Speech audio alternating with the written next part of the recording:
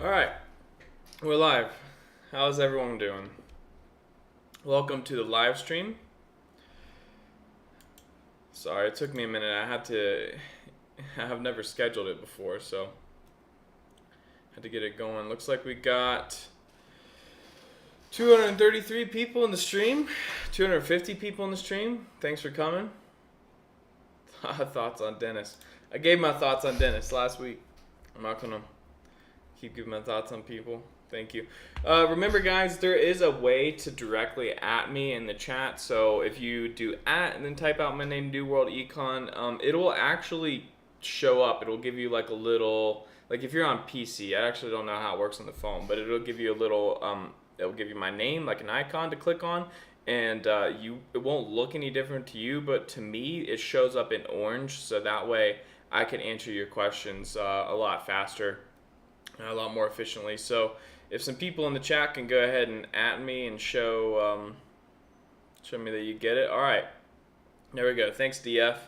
You could use the at, or you could also use the hashtag. But if you type out New World Econ the way it appears on the channel, then it will show me in orange.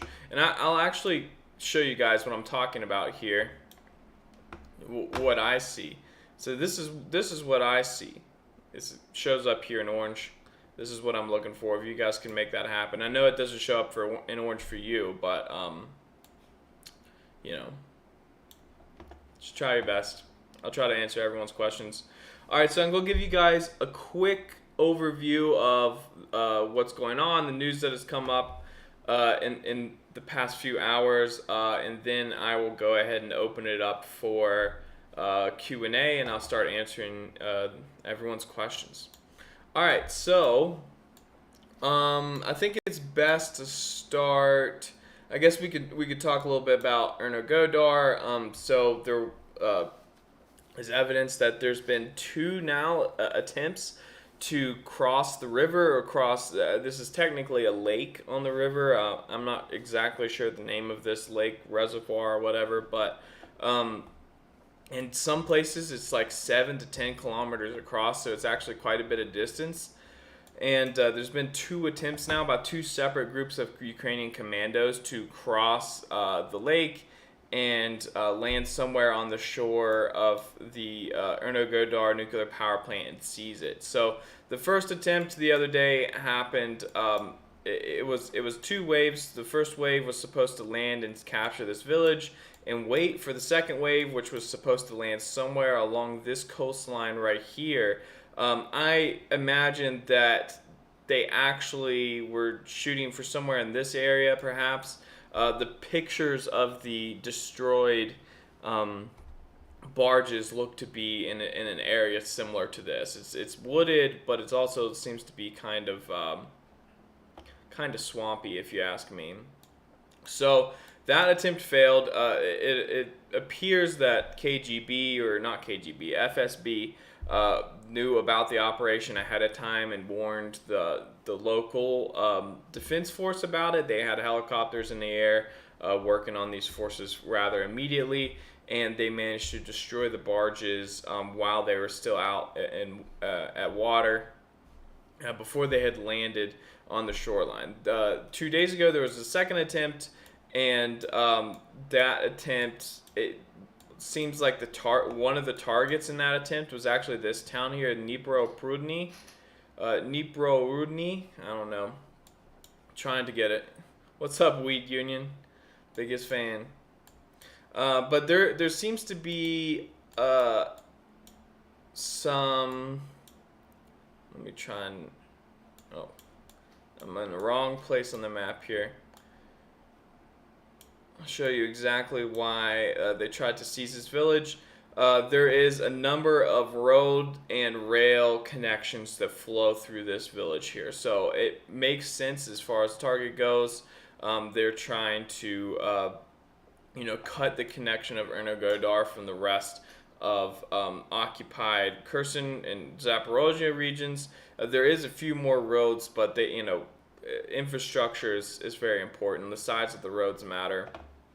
And then actually, last night there is a bit more information that's come out, and there's some claims and some counterclaims, but the claims are, and I believe this icon will show us here. This is video of apparent MLRS shelling last night in the vicinity of Zaporozhye nuclear power station. So preliminary geolocation by some CI team shows the origin of the shells is from Russian-controlled territory beside the power station. So that's actually seems to be a little honest, a little more honest. But some of the pro-Ukrainian sources were saying just from the get-go that they were using specifically the territory of the nuclear power plant to launch this artillery, which I am very doubtful of, because remember the IAEA is still there, so they would be able to confirm that if that was true. But what the Russian sources are saying is that the launchers were placed right here in this area close to Vadian. So I guess like the video, which we can go ahead and try and pull it up and see. We'll make a determination for ourselves, but just to summarize that, the Ukrainian side is saying that Russia is using the plant as an area to stage this artillery, which would definitely be a no-no. And then the Russian side is saying that the artillery is actually right here, and it just looks like it's on the property of the plant. Let's make that determination for ourselves. I myself have not yet seen this video, so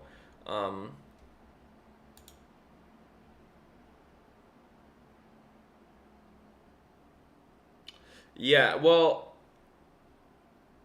this is it is tough to see. It's tough to geolocate because these right here do not go to the nuclear power plant.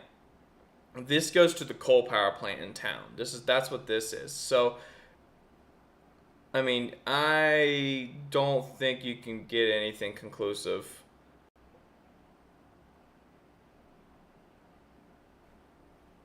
Yes, we see it. So, looking from the Google Earth map, I'll show you guys. See, these are the stacks. These are the smoke stacks you're seeing in that video. There's one, there's two. So the video looks to be taken from this side of the river at this angle right here. So you're seeing the smokestacks would be here, and you're seeing missiles come out from somewhere in this area, but there's really no way of telling precisely where they're coming from, so I don't know. That's a stretch. It's tough to say that's evidence of anything, really. Gregorio, thanks for the 5. Thanks for that super sticker. Really appreciate it, man. So, there we have it. 2 attempts in the last week to capture the plant. One claim that the Russians are using the plant for their Grad MLRS artillery. It doesn't seem to be anything conclusive. And yes, for those of you guys that don't know, there are 2 power plants in town. There's a nuclear power plant right here, the Zaporozhye MPP, that stands for Nuclear Power Plant. And then there's the Zaporozhye TPP, which stands for Thermal Power Plant, and that's nuclear. Or I'm sorry, that's coal-fired, and it's actually not operational at the moment. All right, so moving along to this front line here, we do have some updates from this front line. I have not heard any word from these troops here that might or might not be surrounded. We're just leaving this how it is for now until we get an update there. But the last news we got was that Ukraine managed to penetrate into this town of Petrivka, and then in a Russian counterattack, they managed to get themselves surrounded, or at least partially surrounded. We haven't gotten any word of that. On whether they made it out of that encirclement or whether they're destroyed or what. But there are updates in this area here. The Russian counterattack in attempt to storm Potomnik appears to have failed. So we're going to roll this back here.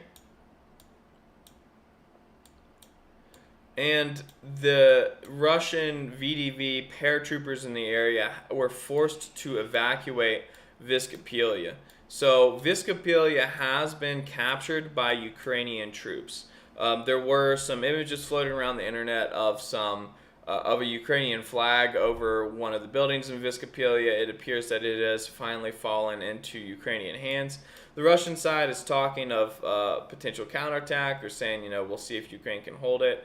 I'm not really sure. It appeared that they were forced to retreat because they were in threat of being encircled. So that tells me that a Ukrainian push was coming from Potomnik and hooking around probably in the direction of Novopetrivka or Olgene, which would have been a difficult situation for Russian paratroopers still in Viskapelia. So we'll go ahead and put that on the map.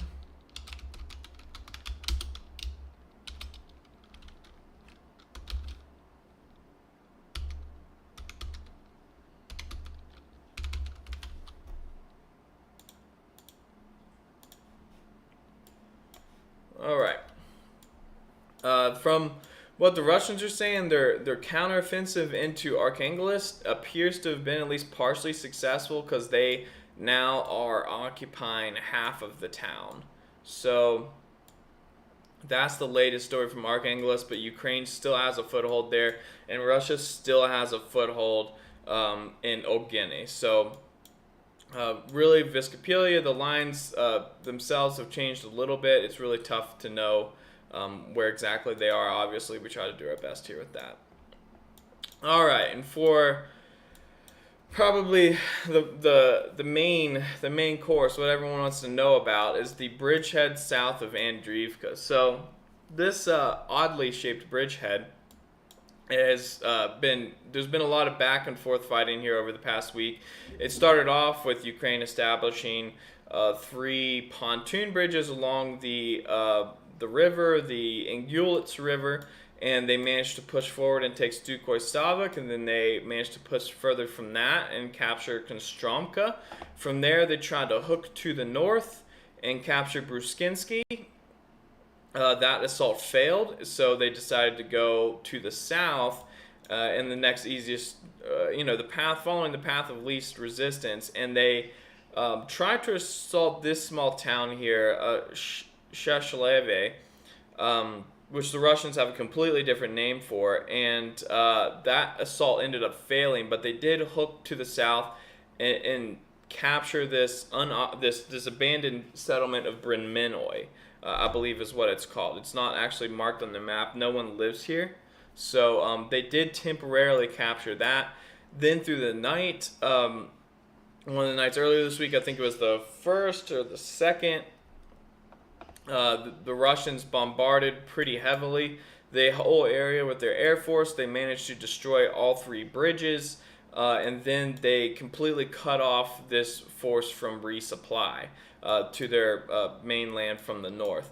So Ukraine brought in reinforcements. They counterattacked. They actually they assaulted a Russian bridgehead that was here in Ternivka, recaptured that, captured a pontoon crossing that the Russians had built, and then used that to assault Blagotivka and then reconnect their forces. In the meantime, they brought in trucks with gravel and rock, and they poured it into the river and made a temporary ford, kind of an indestructible bridge that they can continue to use for the rest of this offensive. So the most recent news and the most recent mapping has suggested that this force here has been hammered pretty hard.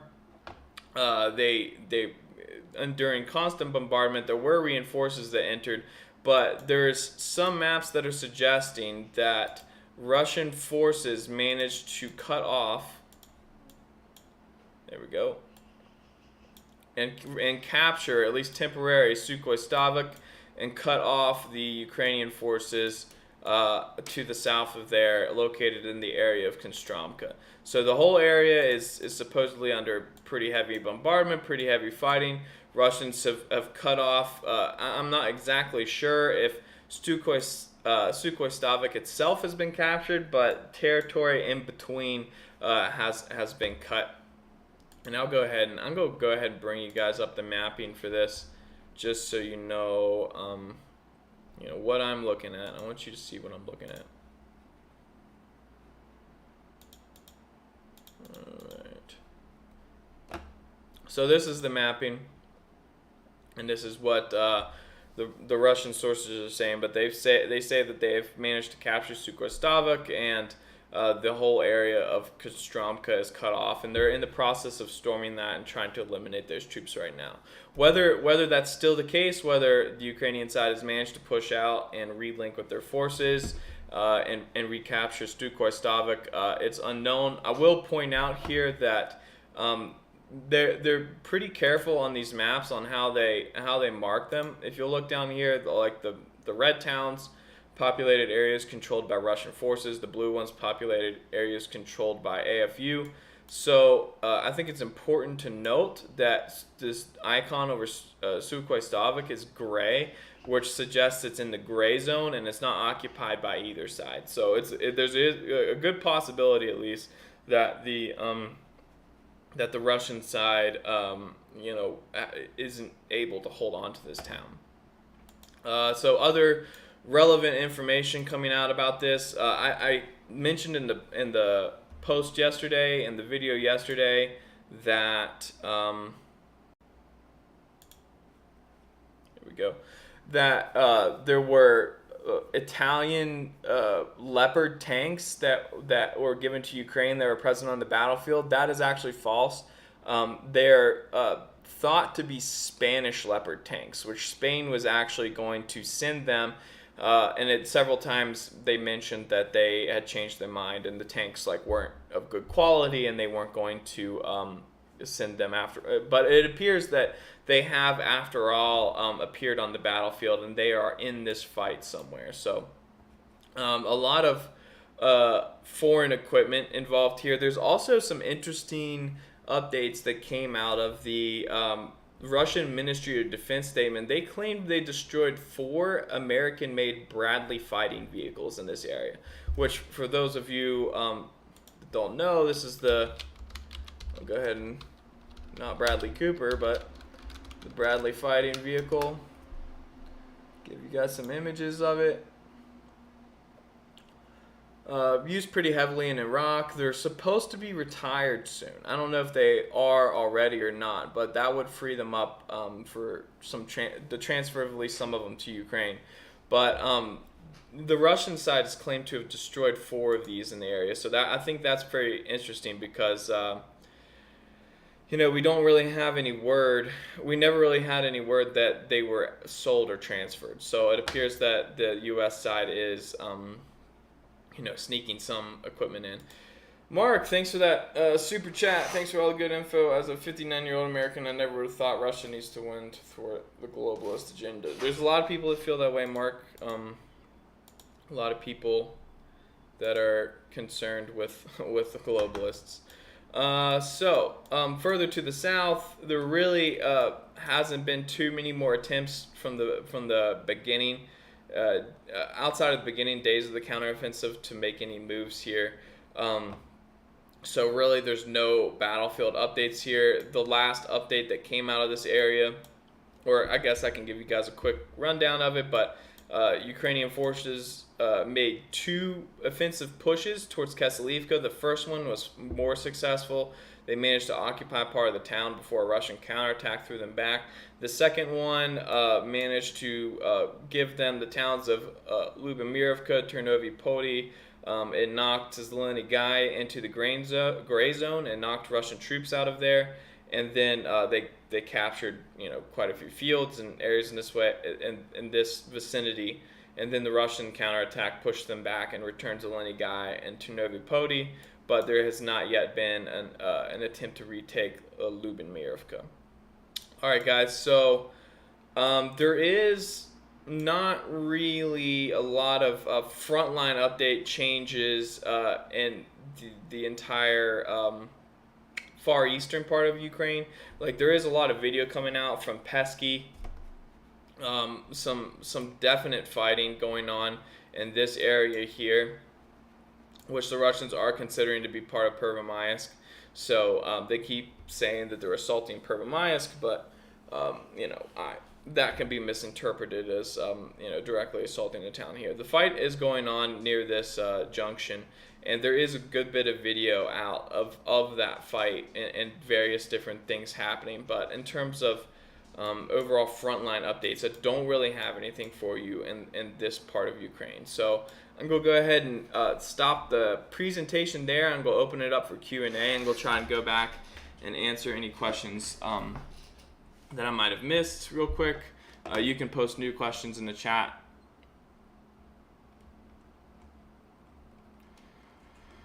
Oh, we got a bunch.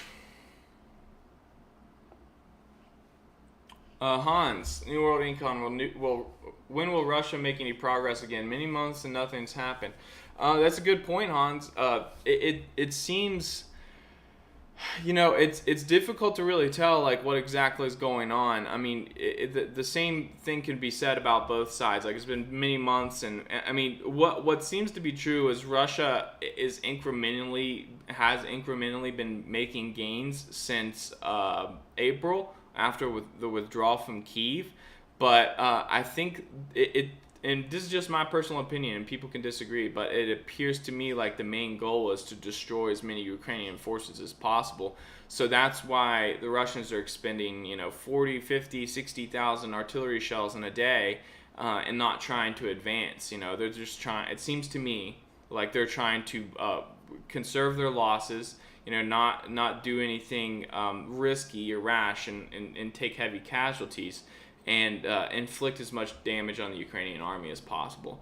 I think geopolitically, like, one of the reasons for this is I think that they very well planned out this. They saw the sanctions were coming. They think they knew what exactly it was going to do to Europe, not necessarily the U.S., but Europe.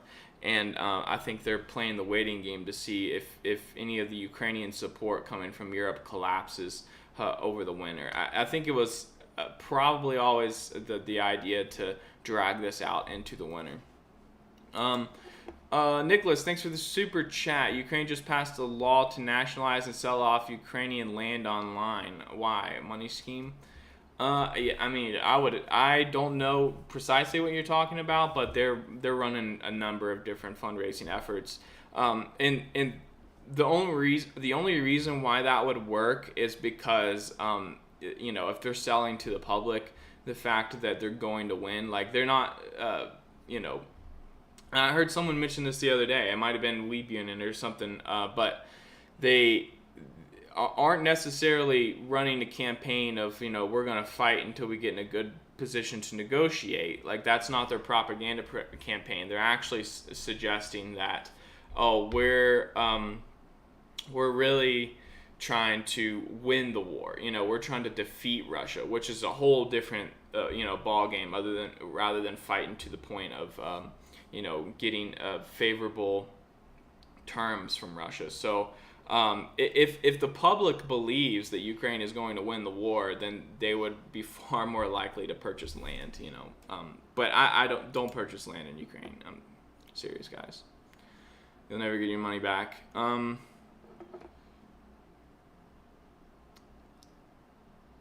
Is 70 DNR died a week accurate? I don't know. It doesn't sound. I would think so. That's like the Donetsk Republic forces. I think it's probably higher than that. 70 seems pretty low to me. How many losses do I think they've suffered? Ukraine suffered in the counteroffensive.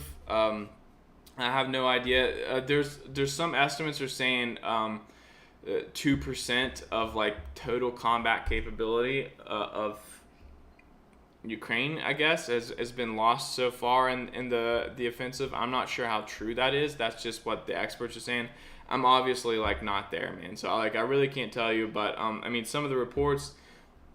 There's been some reports that have come out and said there's over 2,000 dead, 5,000 to 6,000 wounded, which apparently hospitals in Mykolaiv, Odessa, Kryvyi Rog, Dnipro can like the state of the hospitals there kind of confirm that somewhat anecdotally, and there's videos all over the place of ambulances running around the country, which is not absolutely conclusive evidence on losses, but it does give us like a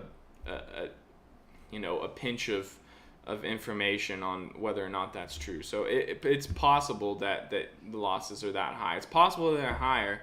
It's also possible they're lower. So we're just making guesstimates here. Can Ukraine maintain this type of casualties without videos of the carnage leaking out? I think the videos already are leaking out.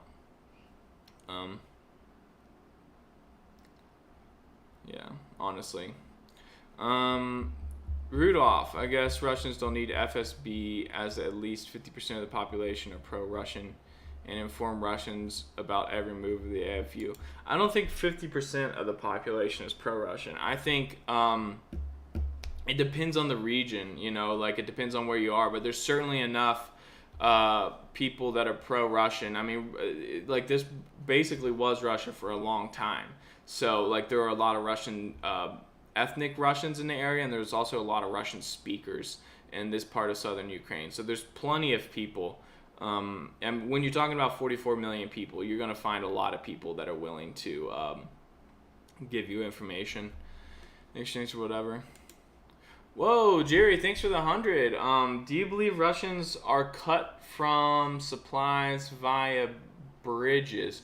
No, well, it seems like the road bridge in Novokhovka is cut. The Antonovsky Bridge is damaged, but it's never been destroyed. I think that's an important thing to note. Like the Antonovsky Bridge gets hit with HIMARS. It actually just got hit with HIMARS last night again, and then what looks to be the pontoon or ferry crossing set up next to it was also struck. But it appears that the Russians have plenty of opportunity to get supplies over via pontoons and ferry crossings. I will point out to you guys that the same situation, and there was a lot of talk from the Russian side on a similar situation when Severodonetsk was surrounded. Like all three bridges were destroyed, and they claimed that like, oh, they're cut off from supplies. Well, they, I don't know about like heavy equipment, but a lot of heavy equipment, especially these IFVs, like they make amphibious equipment. Like it's able to like go into the water and it can float and go across. And the same thing, I don't know about like tanks and stuff. I think they pretty much sink like a rock. But I've seen, I think tanks can get, like, if it's shallow, like they can go underwater if they have like an air pipe on them or something. I'm not exactly sure. But the Ukrainians were able to supply Severodonetsk for quite some time just with like dinghies. Just like sending boats across, like or rowboats across the river with boxes of ammunition. Now, I mean, this is a huge front line, and there's a lot of equipment and support that's needed here. So obviously, Russian troops couldn't survive off of boxes of ammunition being sent across on little boats. But I'll zoom in here on Kherson and just show you guys what I'm talking about here. But like, if you look, Kherson has a port. And there's barges and large ships everywhere. You can load tanks and all kinds of stuff up onto this, to these barges, and just float them over to the other side of the river, dock them, load your tanks up, bring them back, and then all of a sudden you're in business again. And you can drive your tanks, and you could probably send them up by rail. You can do whatever you want from there. So I think that, they over-exaggerate the supply shortage issues of the Russian troops on this side of the river. What they really need and quickly is like reinforcements, right? Like it's less like they probably have enough ammunition and fuel and stuff to supply their needs, but like they need more troops, more tanks, which they can get, but not as quickly as if the bridges were standing, which there isn't evidence that either of the rail bridges are destroyed, which there are two. There's one on the dam here, and the satellite images that showed the road bridge here out show the rail bridge actually intact. So the rail bridge is intact, which you would assume is actually the primary method for military supply. And there's a second rail bridge down here, which we really haven't heard anything about in quite some time, actually. All right. Thanks for that super chat. What would you do if you were a Russian commander in a Kherson region?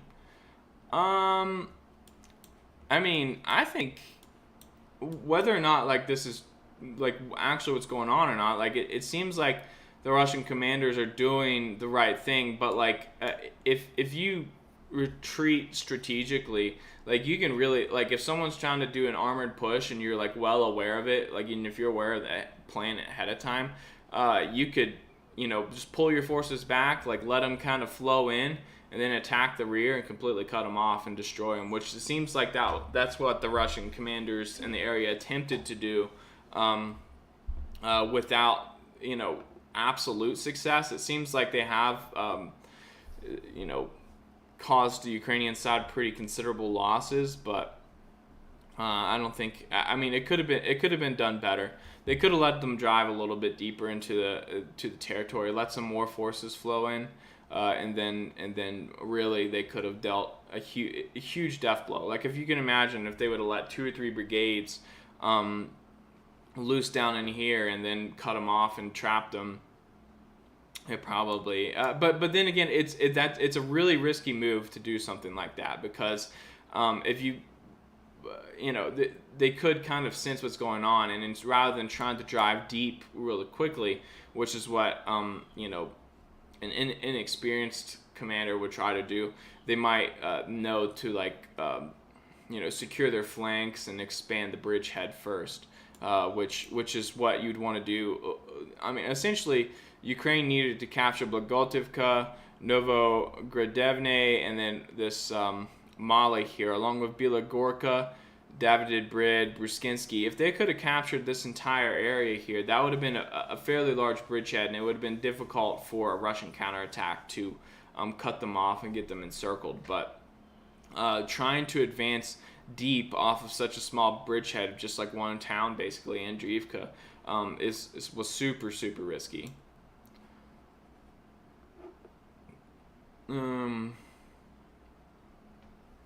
Nicholas, New World Econ, you should do a video of the supporters of Russia, supporters of Ukraine, and those in the middle with the Serbia, Kosovo, and now Greece and Turkey, the world chaos. Yeah, honestly, I would like to do more geopolitics stuff. I'm probably gonna get some video editing software soon.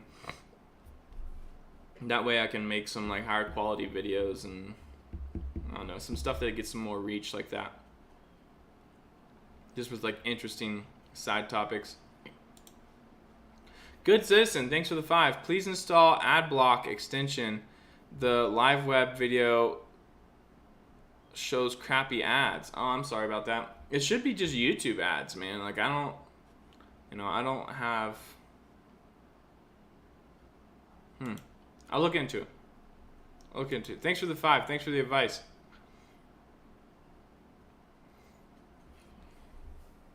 Why Russia not using FOABs? What's a FOAB? I know what the FAB is.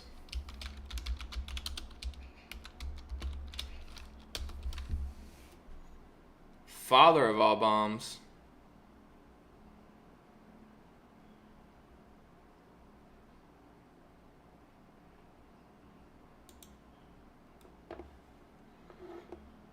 Thermobarics, huh?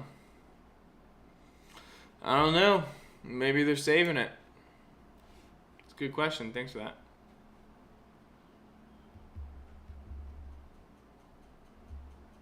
All right, we're getting caught up on the comments here. Any news about the Third Corps?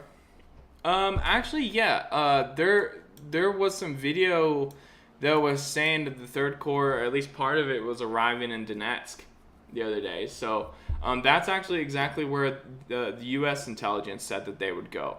Whether that's where all of them are going, I don't know.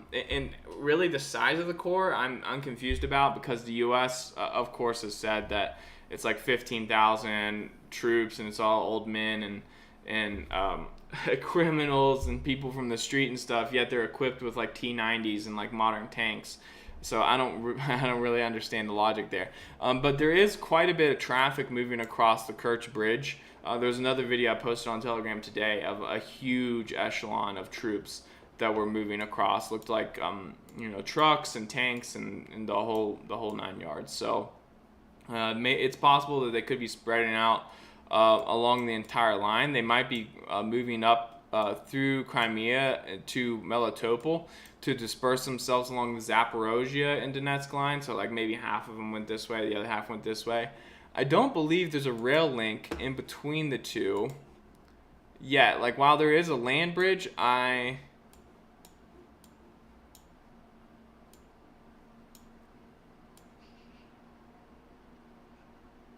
yeah, so this is a problem here. If you'll look here, this is the railroad, and it goes from Mariupol up to Volnovakha, and from Volnovakha over to Toretsk, and then down to Melitopol. But there is actually no connection of that rail line between Donetsk and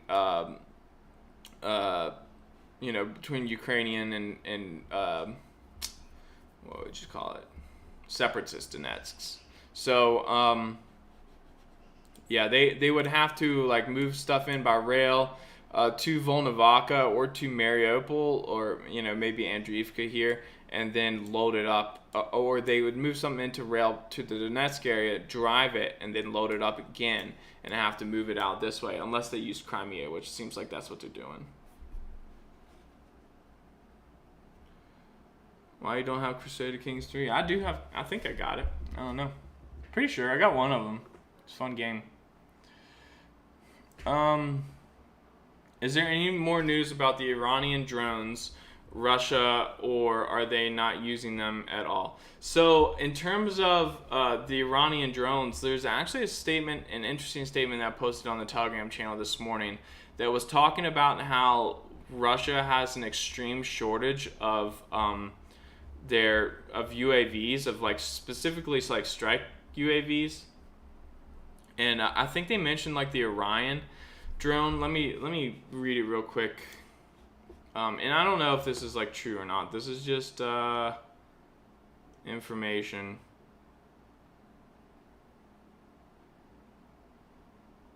Okay, I'm just gonna read this to you. It's from something on Telegram, but this might tell you what you want to hear.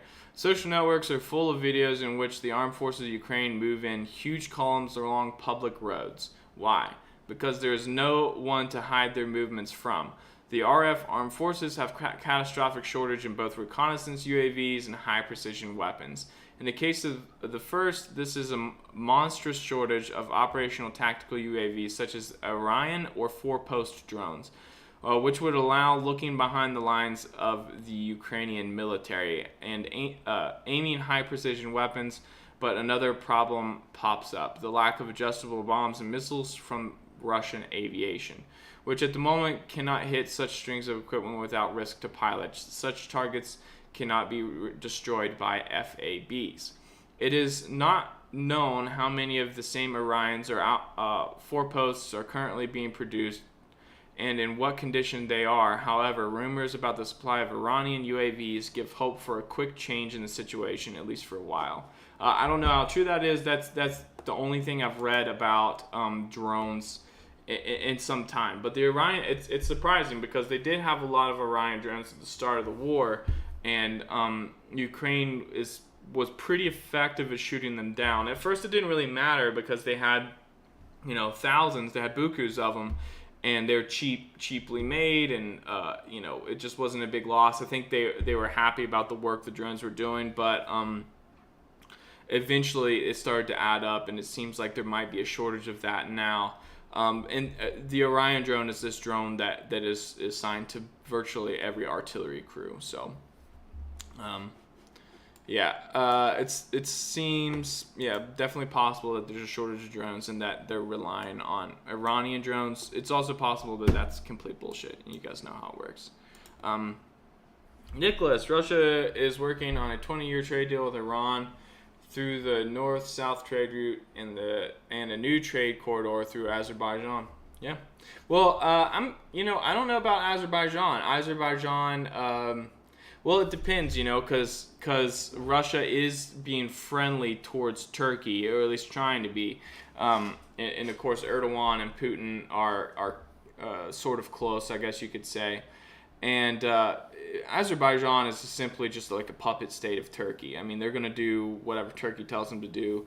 And I would assume there's still some kind of great power politics at play there based on conflict going on between Armenia and Azerbaijan over the past couple of weeks. There has been a little bit of fighting that's sprung up in that conflict. So there's definitely, I don't think Russia's looking to rely on Azerbaijan for anything, and certainly Iran isn't.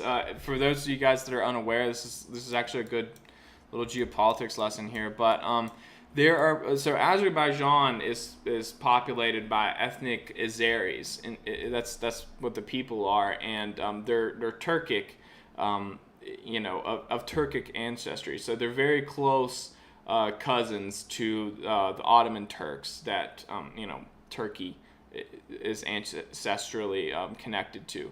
So there are more Azeris in Iran than there are in Azerbaijan. So in this northern region of Iran here, Tabriz, Ardabil, all these different cities and stuff are actually Azeri cities.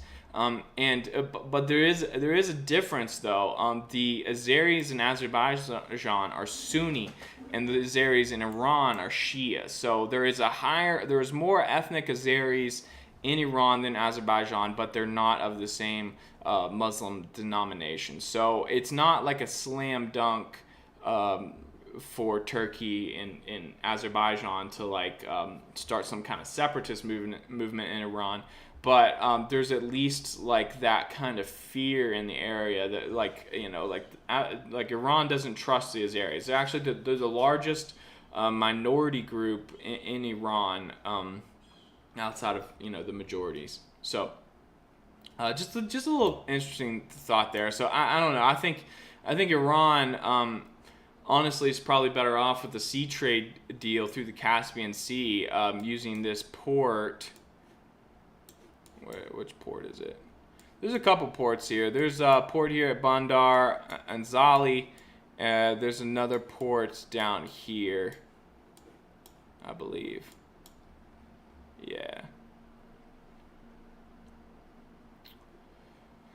Now Shar, I don't know how to pronounce Iranian cities, but yeah, sea transport's a lot cheaper if they build it out. And if they develop some more domestic sea carriers through here that they can move goods a lot easier, that would probably save them a lot of money versus moving it over land, especially through the Caucasus. All right, we're gonna get caught up.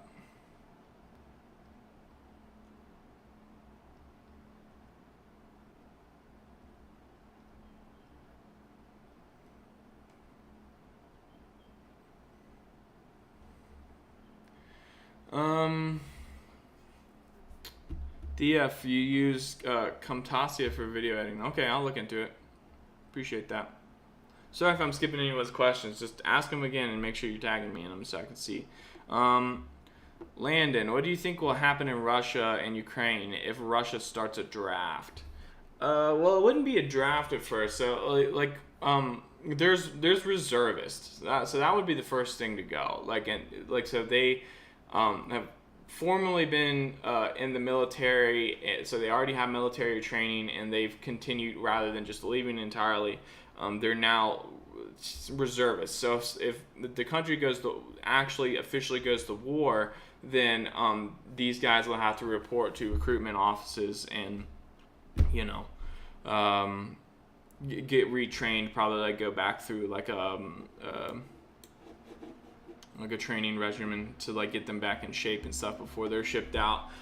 It probably would slightly destabilize Russia in terms of the way the population felt about the war. I think Russia would be willing, or the people of Russia would be willing to mobilize if the cause was right.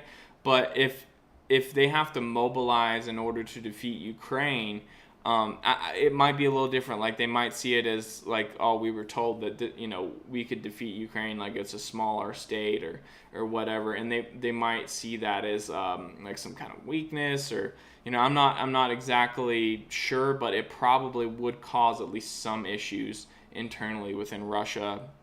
I'm not saying that it would cause a revolution, or it would probably cause protests though. All right, Chris Compton, thanks for the 5. 2 months ago, you were predicting that in about 2-3 months, the entire Ukrainian front line would collapse. What happened? Well, it didn't collapse. It didn't collapse. So, yeah, I was wrong.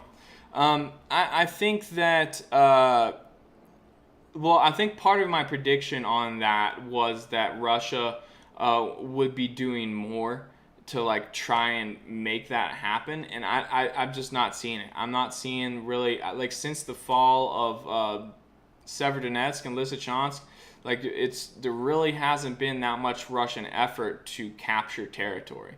Now, in terms of like stepping up bombardments and going after command posts and the soldiers on the front line, it seems like that's been pretty consistent, but there hasn't been the effort to capture the territory. So as long as Ukraine maintains some kind of territorial integrity like this, it's their collapse is based on themselves, right? So, like if Russia were to make an armored push through and capture, like, say, like Poltava or something, like it would be very difficult for the Ukrainian state to hold together, because that would be like a major defeat. But Russia hasn't attempted to do anything like that. They haven't attempted to break Ukrainian lines anywhere.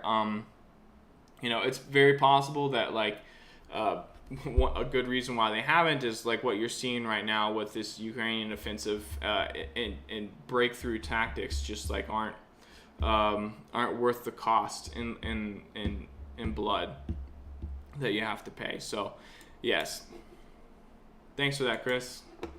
I'll admit when I'm wrong. Do you think that the rumor of Russia overhyping their weapons is losing steam, and do you think quantity has revealed itself to still be important in conventional war? I mean, I kind of let me see what you mean by this. Like, who's overhyping Russian weapons? Russia themselves? I mean, everyone's going to talk up their own weapons. Quantity is probably still important, but like it I don't know. Like I'm curious, and someone will probably do a study on this after this war is over. But I'm curious on like humankind's like capacity to fight like bloody wars. Like in World War II. I mean, the Soviets sacrificed millions of men to like get the job done. And really without any kind of remorse for it either. And now it seems like Putin is worried about heavy losses among his volunteer force, and he doesn't want to mobilize, like what we were just talking about. So like I think that like in terms of quantity, like Ukraine's playing a quantity game. Russia doesn't seem to be playing a quantity game to me, which arguably, like if they were, like if Russia had an additional 100,000 troops on the battlefield, it would probably be very different. They'd probably have the capacity to make some of these breakthroughs, and like I was answering with Chris's question. So, yeah, I mean, manpower is important. Quality of weapons is important, and then really a full spectrum fight is important. So like, you have armored forces, you have infantry, you have your artillery, you have your air force, you have the information side of things, you have satellites. It's all relative. It's all important. But certainly, if you have all those things in quantity, that would be better, I guess. Hope that answers your question.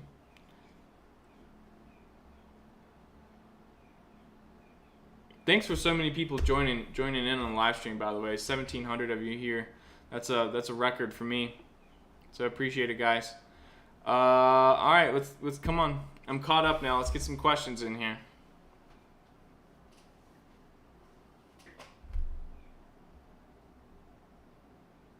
What would be a breaking point to Ukraine? What can we define as a win in the war? For like the Russian side, is that what you mean? A breaking point for Ukraine would certainly be I mean, it would come in the form of a collapse of the military, like probably like strikes, like what you saw in France in World War One. Like basically, like the troops on the front line went on strike, and they were like, we're not doing any more offensives, we're not charging into the trenches anymore because they're just getting slaughtered, and the military high command didn't know what to do. So at one point, their troops were just like, we'll stand our ground right here, but we're not going forward. And I think you're already seeing signs of that. I mean, a lot of you guys have seen these videos of Ukrainian troops where they'll put out a plea, like a recorded plea to like Zelensky or Zelensky or whoever, that they're being thrown into combat just as meat, like without any air support or armored support or anything, and they're not going to do it anymore. So, I think it comes like like that, but in greater scale, which things like that are typically organized, like in France in 1917 or like whenever that happened. It went around amongst the troops, and they all decided together as a group that they were going to go on strike, or technically the word for it's mutiny. And with the way that Ukraine has like control over information and technology, like they might be able to like block that and block the troops from interacting with each other, which would hold that off a lot longer, I think. So, yeah, I think a breaking point would be a mutiny in the army. It would come in that form, due to like heavy casualties, but we don't know if they're there or not. John V. Hi, I was wondering if you have any proof of the attempted landings on the power plant because I can't find any conclusive. I can pull you up pictures of the barge. I'm not gonna. Well, there is. So go to the Telegram channel because I've shared footage of. There's like footage of killed Ukrainian soldiers on the beach. From that, I'm not gonna show it on YouTube. It's not appropriate. But I'll show you pictures of the barge. That's up.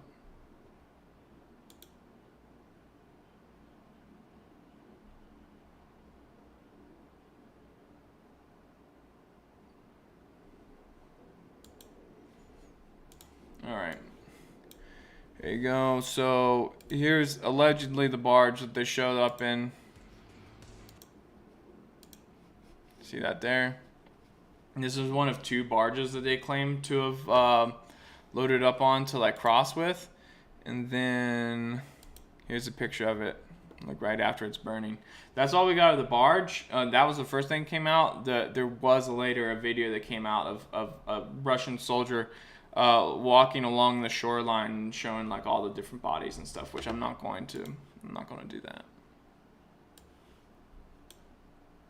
You can follow on Telegram. You can see it on there.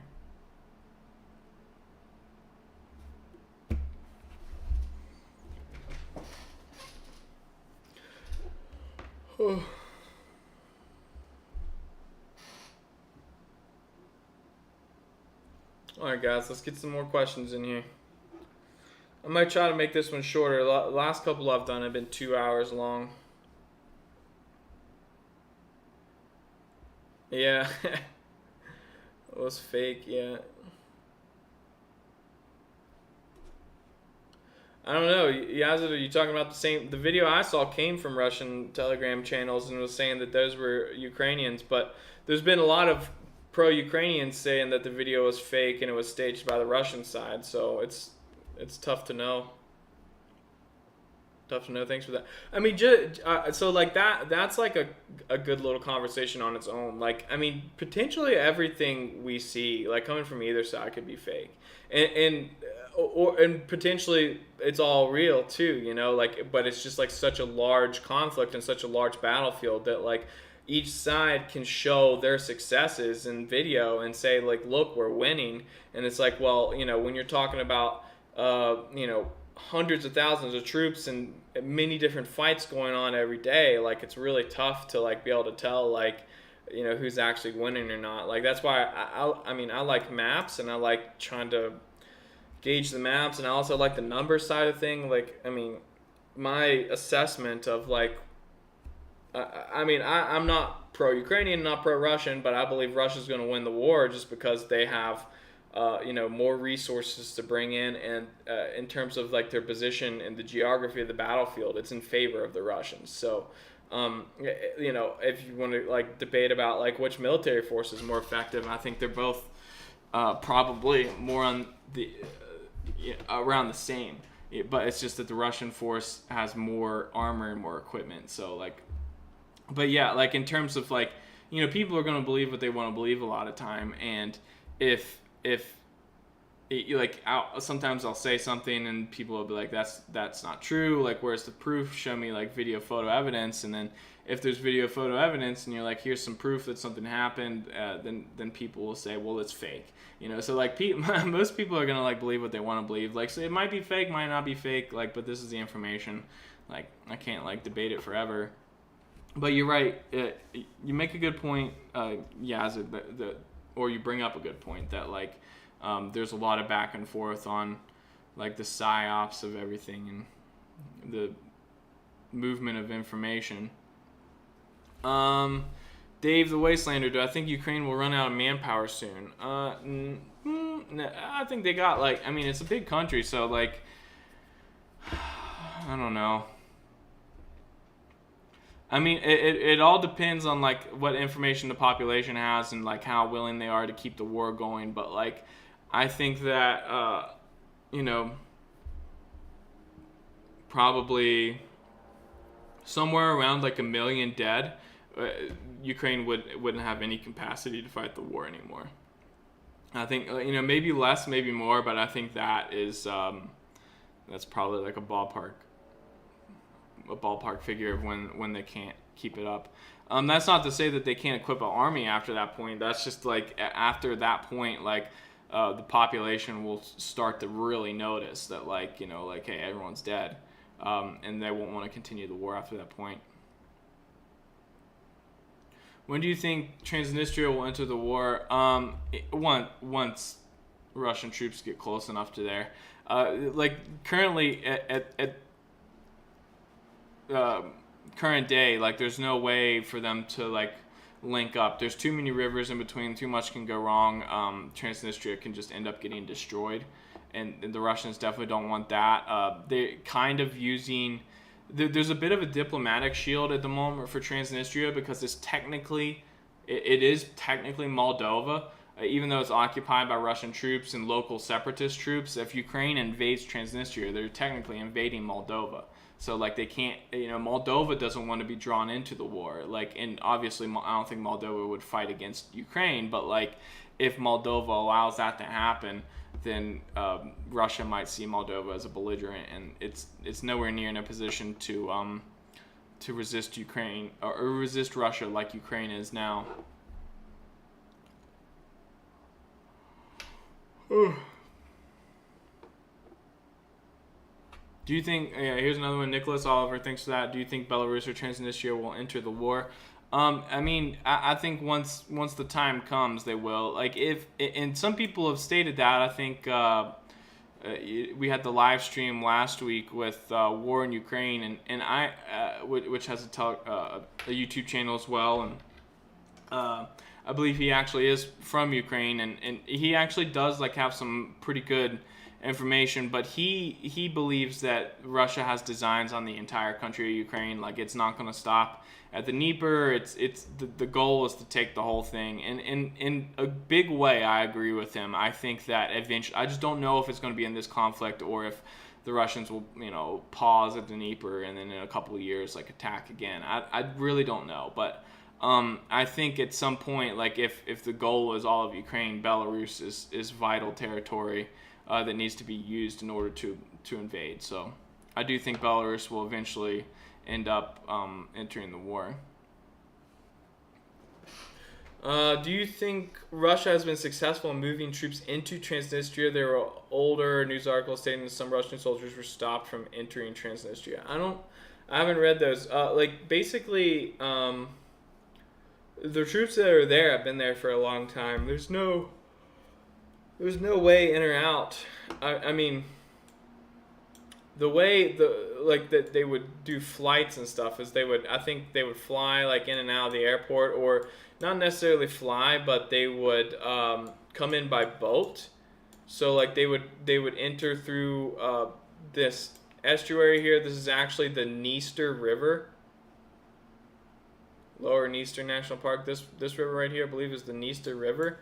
So they can get, where is Tiraspol? So Tiraspol has a port, but I don't really remember where. I believe it has a port. I could be full of it, because this is a navigable river. Maybe the port's actually further south. Oh yeah, here. This is actually, I don't know.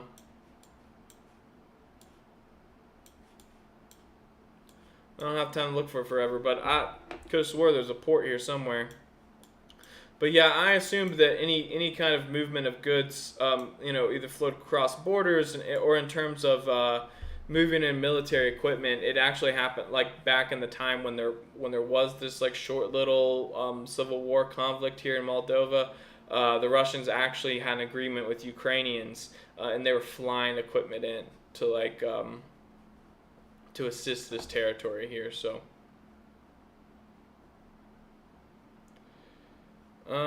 Anarchist, how you doing, man?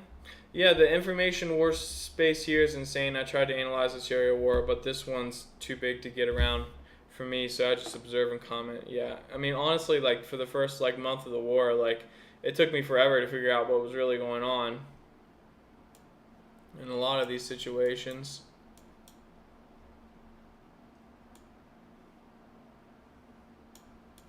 Actually, that should have told us what we needed right there. There's a dam. So is there a lock? No, there's no locks on the dam. So this part's not navigable. Is there a river that goes through here, though? Through Kherson now?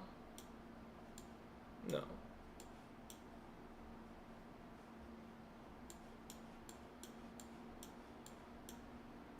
Maybe it was once navigable, but it's not anymore, you know, like they let the locks fall into disrepair.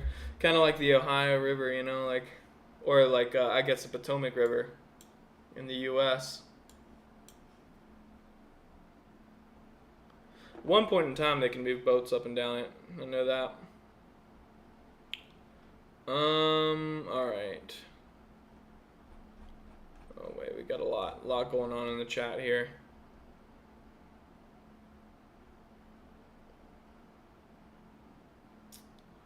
Weeb Union is a potato head. What is this?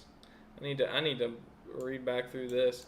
When I saw that first video, I knew it was fake because it fits. The Ukrainian soldiers were too clean. Russian claimed it was theirs, but a few moments later it said it was made by UA. But why would I don't understand? I'm not. You help me get there, Yazid. I hope you comment again. But like, why would they be making fake videos of their own dead soldiers? I don't understand. Arch anarchist. Sorry, I'm getting your name wrong.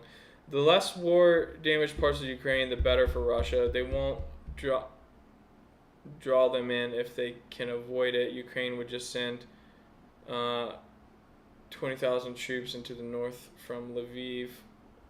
Yeah, honestly, I've had a similar assumption about things that are going on. Like, people are talking about how, why would Russia want Ukraine after this point? Because it's like destroyed and decimated, and it's like, well, parts of it are destroyed and decimated. Virtually everything, within 50 kilometers either direction along this entire front is destroyed. But if you look at that, like if you imagine this is the destroyed part of Ukraine, if it's just like a belt of towns and stuff, like most of Ukraine is intact.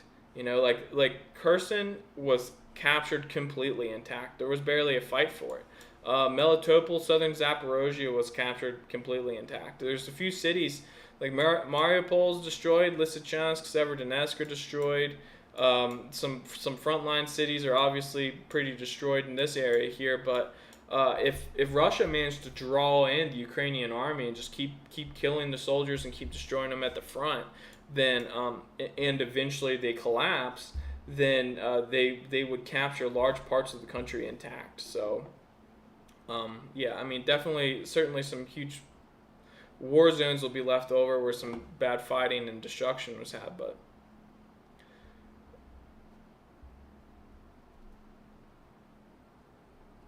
I made a joke donation request to resupply Zelensky with new t-shirts. Some idiot gave me £100.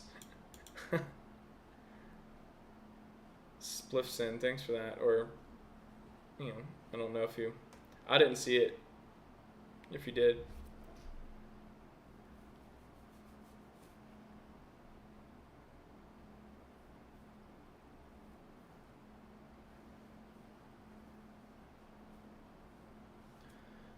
What do you think of the analysis of the channel Perron? Seems very in depth. I don't know, I'm not familiar with it, but I'll look into it. Ask me again next week. Wolf's Pride 95. Do you think Russia is not overextending and letting Ukraine to drop more soldiers to the grind while they train more reserves until next summer? You know, I mean, it's possible, like what you've seen with this Third Army Corps, where Russia has not been rushing to fill. You would think that they would fill their ranks of frontline troops with volunteers, but it seems like instead, or maybe they had enough troops to do that, and instead they've created a whole new Third Army Corps. I don't know. Like it's definitely possible that Russian command made the assessment that in terms of manpower they were doing just fine. And they had enough volunteers to create like a whole new army, so that's what they've done, and they're going to send them into the fight sooner or later eventually. I'm not exactly sure, but it definitely appears like Russia is training up new reserves. And I don't believe that Russia has. I mean, Russia might have a manpower problem, but it's not to the extent of what Western media says it is.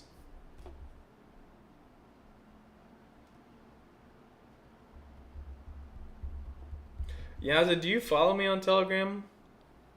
Can you send me that? Or comment on something on Telegram with that post?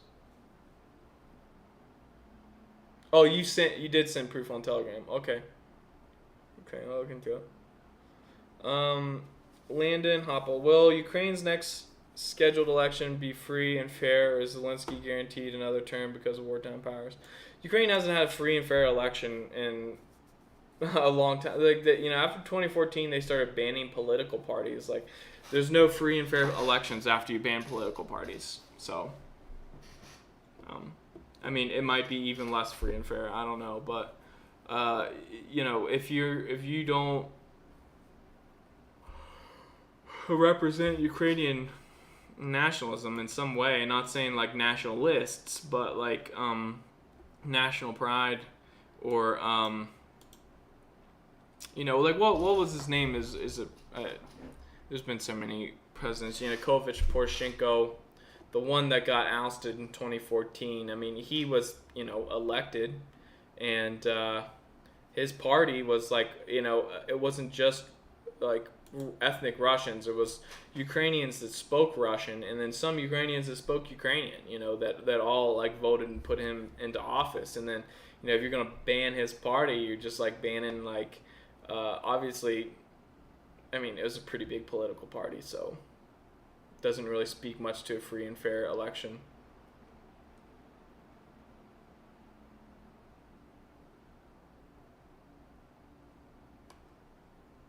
All right, I'll look at it, Yazid. I see now. Thanks for that.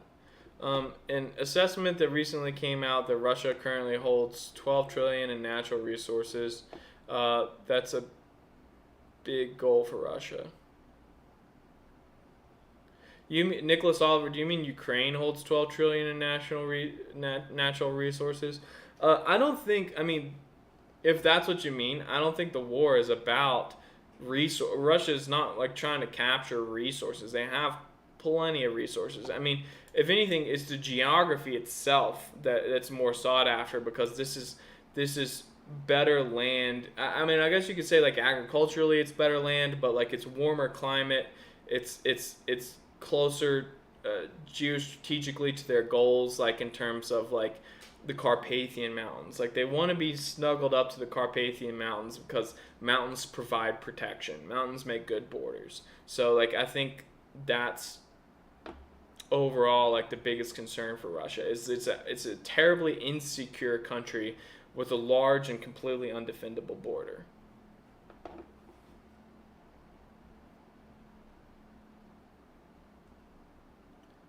What do you think about the Great War? Like World War One or the Channel Great War? I like the Channel Great War, and I mean, Great War history is very interesting. Thanks for that comment, Avis Gofo. Balin. I graduated in high school 2005. If back then there was this access of, I guess you say, information on the battlefield. So, in your face, Def, do you believe recruitment would have been high? Wait, I'm sorry.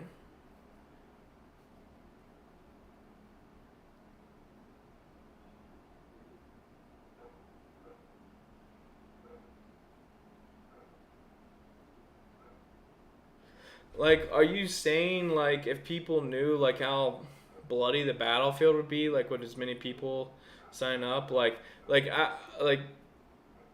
feel like in the time you're talking about, in, like, 2005, like, there was, like, pretty, like, I mean, the military, U.S. military especially, did, like, really good with recruitment because of, like, 9/11 and stuff. People were feeling a lot of pride. I'm not sure if that's what you're referring to or not. I don't know. It's tough to say. I think people throughout history, like a lot of people, well, you know, a lot of guys that go and sign up for the army are generally pretty young, and a lot of people end up regretting it, and they don't understand what like warfare is like what the battlefield is like, and you know, some of them probably think they made a mistake. Some of them probably knew what they were getting into. Like if they talked to someone like older and smarter that explained it to them, and they decided to go anyways. I'm not saying that didn't happen, but I think a great deal of recruitment is like hinging on that ignorance, I guess you could say, of like what war is really like. Like I think a lot of people might not sign up if they knew what war was really like. Yeah, I don't know. Maybe you're onto something there. Like maybe like the coming of technology and like video and like cell phones, like where people are filming like what getting shelled in the trenches is like. You know, it's not very I'm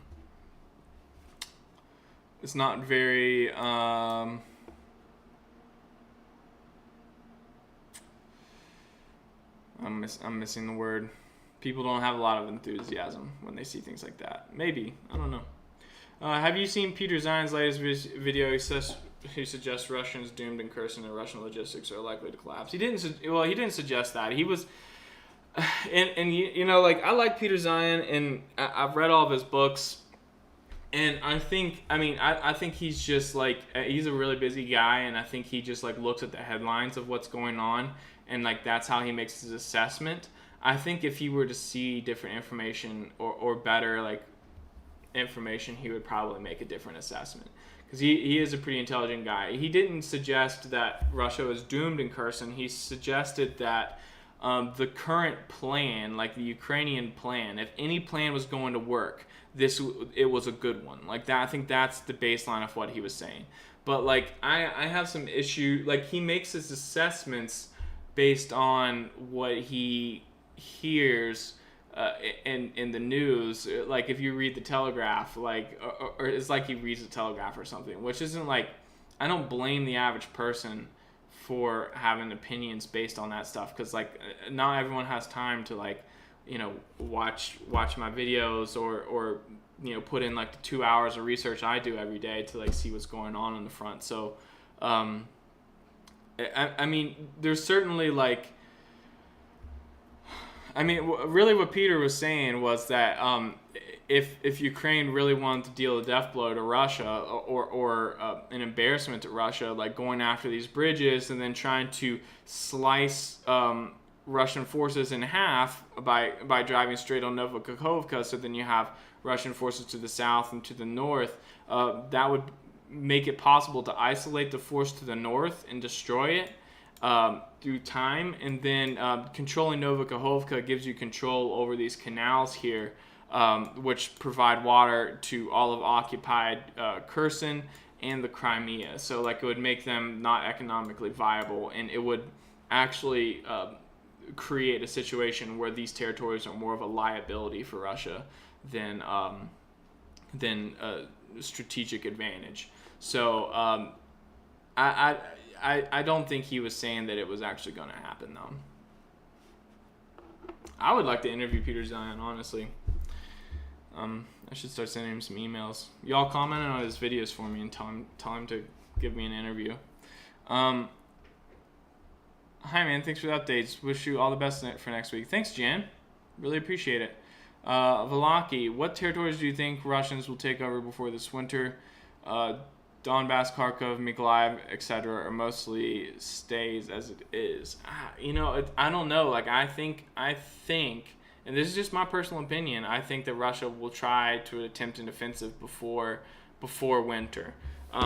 Obviously, maybe not right now because Ukraine's attempting their offensive, and they, obviously want to play it carefully and make sure that they don't give up too much territory to Ukraine.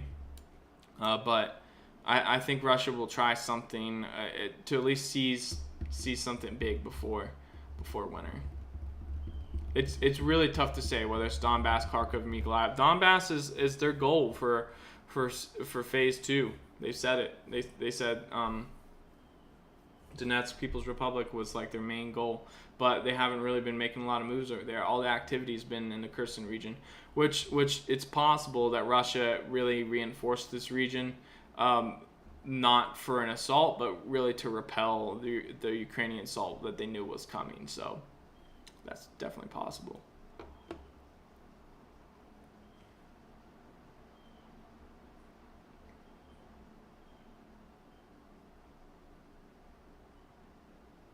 Greetings from Ukraine. You were right. Where I live is mostly untouched and life is normal-ish. I'm glad it is. I hope it stays that way. My friend, I hope it does.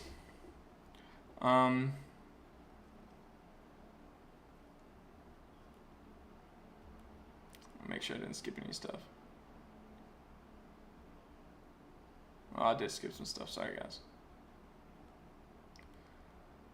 Russia holds 63% Ukrainian coal, 20% of Ukrainian gas, 11% of Ukrainian oil, 42% of Ukrainian metals, 33% of Ukrainian rare earth metals. It's mostly in Donbass.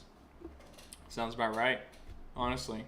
But how much of those resources are developed is the real question. Like, cause they're natural resources. They're sitting there, but like, were they developed in like working mines before the war started? I would argue a lot of them probably weren't. Because this Ukraine has neglected developing really a lot of its resources. I mean, they just like managed their economy in a terribly awful way, basically from the conception of Ukraine till now. So.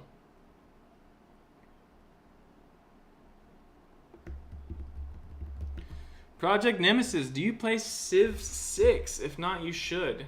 Civ 4 is the best, though. If you like studying war, you might enjoy that kind of game. I played them like a long time ago, but I haven't played the new ones, no. William Mont.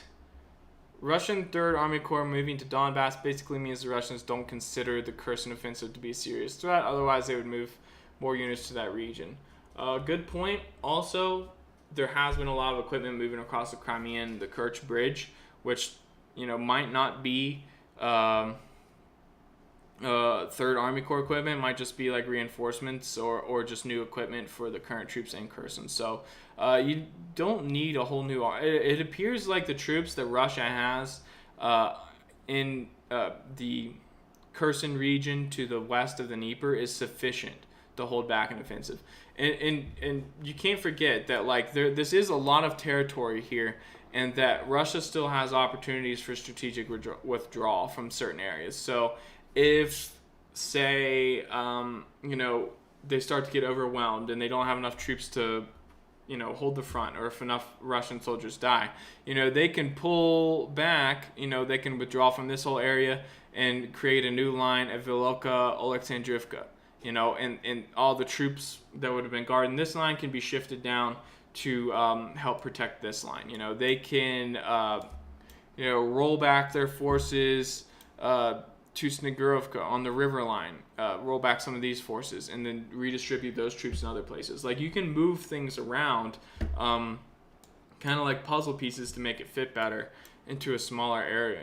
Like they could retreat down here and give up Alexandrivka and Stanislav and some of these places and shorten their line. It's all about, like, can you shorten your line to make less troops seem like more? So Russia has some possibilities for that too, like if things get bad.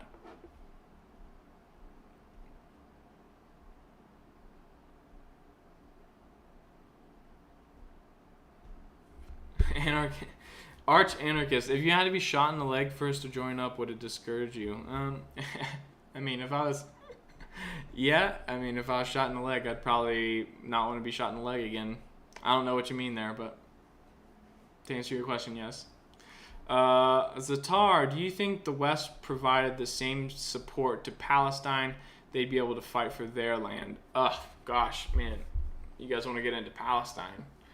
I mean, I'm not going to, like, I'm, like, very well aware of, like, the history of Israel from, like, the Israeli revolution, like, when they became a state until now.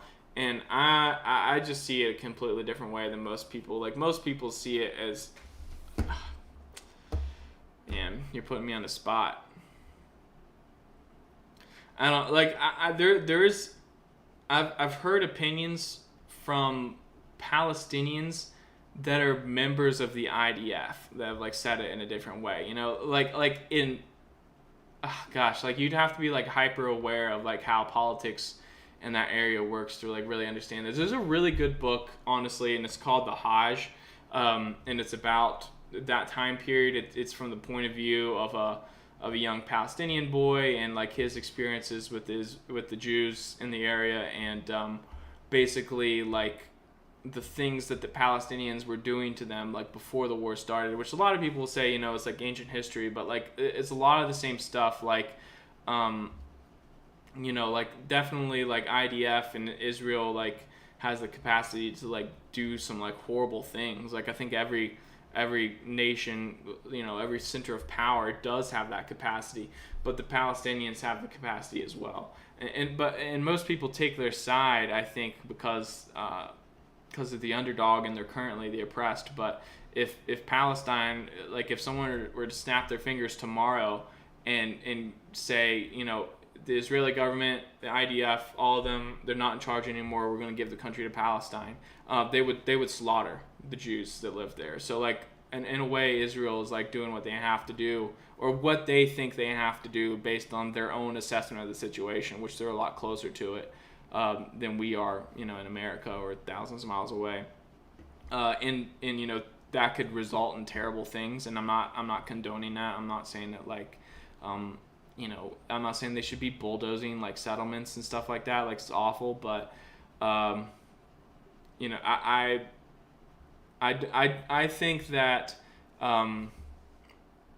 any Israeli government like has a higher chance of like bringing some kind of civilized nature to the area than the Palestinian government is. I think if the Palestinian government takes over, it would be absolutely chaos. Just my opinion. Obviously, don't have to agree. Greetings from Ukraine. You're right. Okay, I already read that. Hey, man, thanks for the updates. Wish you best of luck this week. Thanks, Jan. I think I already read that, too. Do you think Russia is running out of steam? No, I think they're taking their time, honestly. I think they've basically... They're going slowly, more or less on purpose.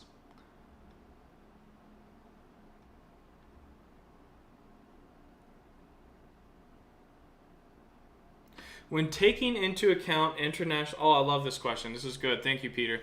When taking into account international law, freedom, and democracy, can you articulate why you are neutral, please? Yeah, absolutely. So, I think international law is like a huge contradiction of itself, especially as the way that we have interpreted it in a lot of ways. So, to give you like just a quick overview, in 2014 there was a coup where a legitimately elected government in Ukraine was overthrown, and then all of the parties of that government and that president were banned from Ukraine, not allowed to run anymore. So I do not think that Ukraine meets the standard of democracy that most people would say it does. There's no freedom of speech in Ukraine, which is absolutely crucial to democracy. And the government controls all the newspapers and all the information. Not a shred of information comes from any of these Ukrainian newspapers, this Ukrainiform, or like any of these different outlets that the West gets information from coming out of Ukraine without having Zelensky's personal stamp on it first. So that's not very democratic, first of all. Second, the international law part of it. So in that coup, there was also a separatist, a rebellion in the Donbass region, which almost spread to a lot of different areas of the country. There was an attempt to take over Kharkov. There was an attempt in Odessa. Both of those failed, but Donetsk and Lugansk and Kramatorsk and Sloviansk, where this originated from, largely were successful at first. And this situation, of course, the West has taken the line that, this is an illegal separatist movement, and that it's important to maintain the territorial integrity of Ukraine, right? So they've picked sides. So it's a complete opposite stance to the one that the U.S. took in Kosovo. So Kosovo is part of Serbia. It is technically Serbian national sovereign territory. However, the West supported a separatist movement and stationed NATO troops there to allow Kosovo to break off from Serbia, of which there's still only, maybe 19 countries in the world that recognize it as an actual country. So well over 150 countries in the world agree that Kosovo should be part of Serbia. So my problem with international law is that certain powerful governments use it only when it benefits them or suits them. It was within the benefit of U.S. and NATO forces to cleave Kosovo off from Serbia, even though it did not follow national law at all. And the reasoning behind that was that any territory that can successfully proclaim its own independence should be recognized as independent. Okay, so, Donetsk and Lugansk proclaim their own independence. Why aren't they recognized as independent? It's not consistent. It's not consistent. And there's a million different rhymes and reasons to suggest. There's basically all excuses. What it is it's great power politics. International law really doesn't matter for anything. And, powerful countries are going to do what they think they need to do to make sure they're secure. The U.S. is going to do what it thinks it needs to do to make sure it's secure. Russia's going to do what it thinks it needs to do to make sure it's secure. So, on one hand, I see the concern within the Russian government that a NATO-aligned anti-Russian Ukraine presents a huge problem for security of the Russian people going into the future. On the other hand, I understand that Ukraine has an absolute sovereign right to defend itself if it's being attacked, and it should defend itself if it's being attacked. So I don't think, under that current circumstance, I don't think international law really matters. It's never really mattered for the U.S. And I don't agree with the Kosovo thing, but there's been other times when we have broken international law where I felt like it was best for the U.S. and I agreed with it. So I don't think Ukraine serves any strategic importance to the U.S. I think that the only reason why we're in the position that we're in, protecting them, is because we've dug ourselves a hole, essentially. And I think if we were really serious about protecting Ukraine, then we'd be sending a lot more than M113 armored fighting vehicles and anti-radar missiles to Ukraine, because they obviously need a lot more than that to protect themselves. So yeah, I'm trying to stay neutral. I understand the sentiment on the Ukrainian side to defend themselves. I understand the great power politics, and which there is a lot of historical knowledge I have that plays into that makes Russia, I guess you could say, a very paranoid and insecure country. So I think that a lot could have been done to prevent the conflict, and it's unfortunate that it's happening. But that's my explanation for why I'm neutral. You don't have to agree with it or not, but hope it's good enough for you.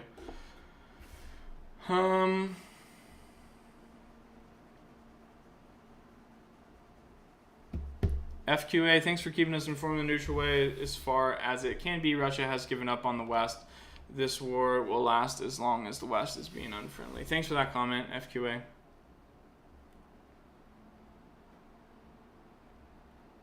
Oh, looks like I missed some other stuff. What's likely to happen to the nuclear power plant? Well, IAEA is there now, so it appears that, hopefully the shelling of the plant property itself stops. I'm not going to say about Energodar, but hopefully the shelling stops. I don't think, it seems like the area is pretty well protected, so I'm not sure if any kind of cross-river incursion would be successful at this point.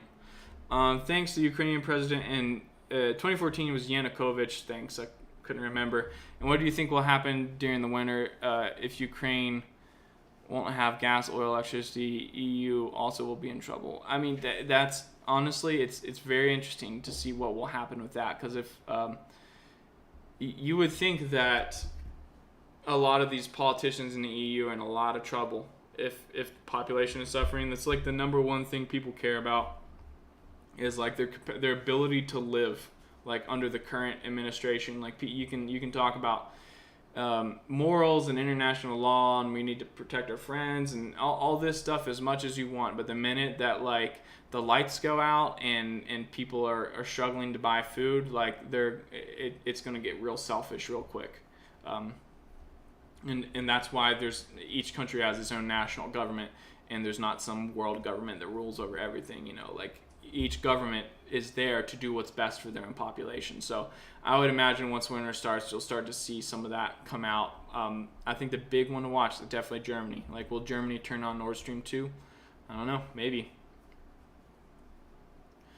Oh, thanks for this, Gerard. The Orion drone is different from the Orlan drone. The Orlan drone is integrated into artillery batteries, no shortage that I've heard of. The Orion drone the Orion strike drone is pretty rare. Thanks for that. So those of you guys that were wondering about that, the Orlan drone is the one that I was referring to, which Gerard says there's plenty of.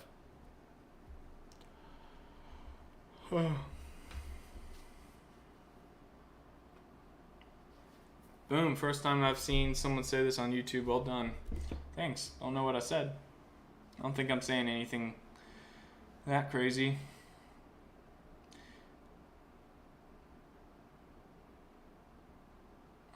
Hey guys, let's advance across open fields and attack fortified enemy that has more artillery and armored vehicles than us. What's the worst that could happen? I think you're seeing it.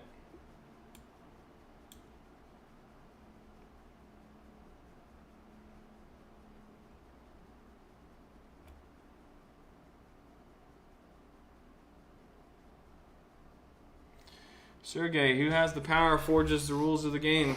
Yeah, definitely. The strong do what they can, and the weak suffer what they must.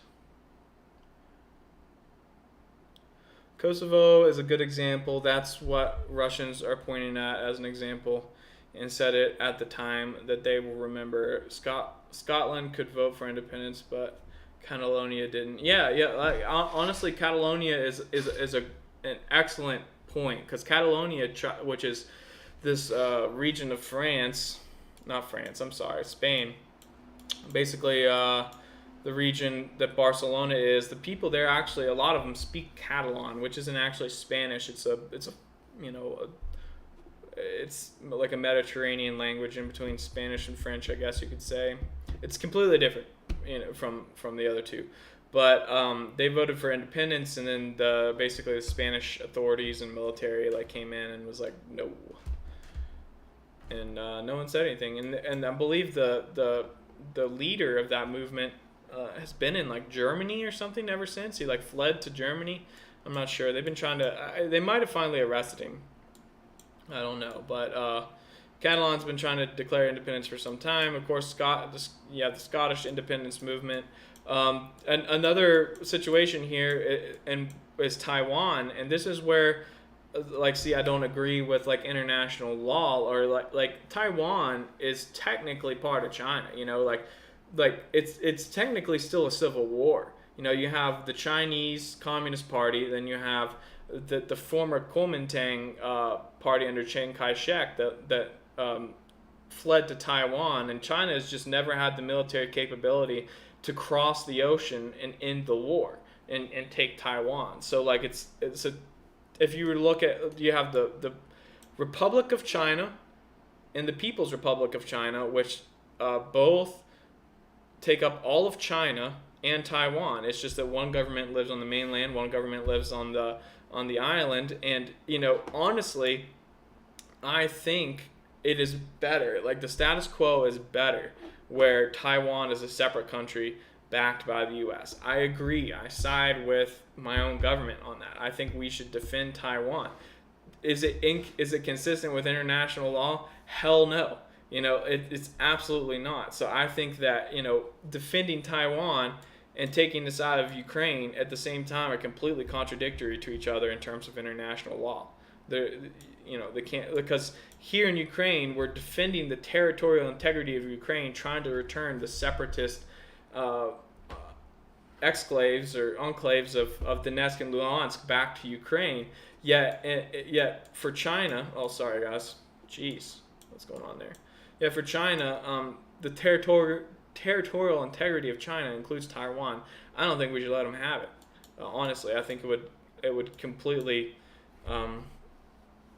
destroy like supply chains and greatly affect like modern life, because a lot of like modern technology and microchips come out of Taiwan. It's absolutely strategically imperative that Taiwan remains Taiwan for the U.S. So yeah, thanks for that comment, Valaki. Landon, how many Western, Russian, Ukrainian weapons are still around, and how much are still in stockpiles? Really tough to tell. A lot of equipment's been destroyed, so I mean, I would guess that the Ukrainian army's heavy equipment is like roster is smaller than it was when the war started for sure. But how much smaller, I don't know. Maybe 50%. I don't know. Oh.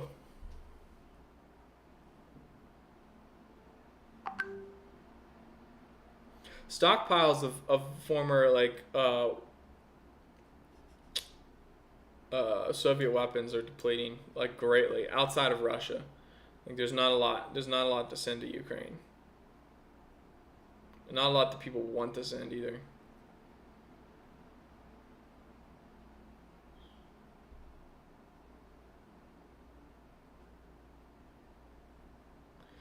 Peter, thanks for the neutral explanation. I live in Toronto, which has the most Ukrainians outside of Russia and Ukraine, and tons of Russians.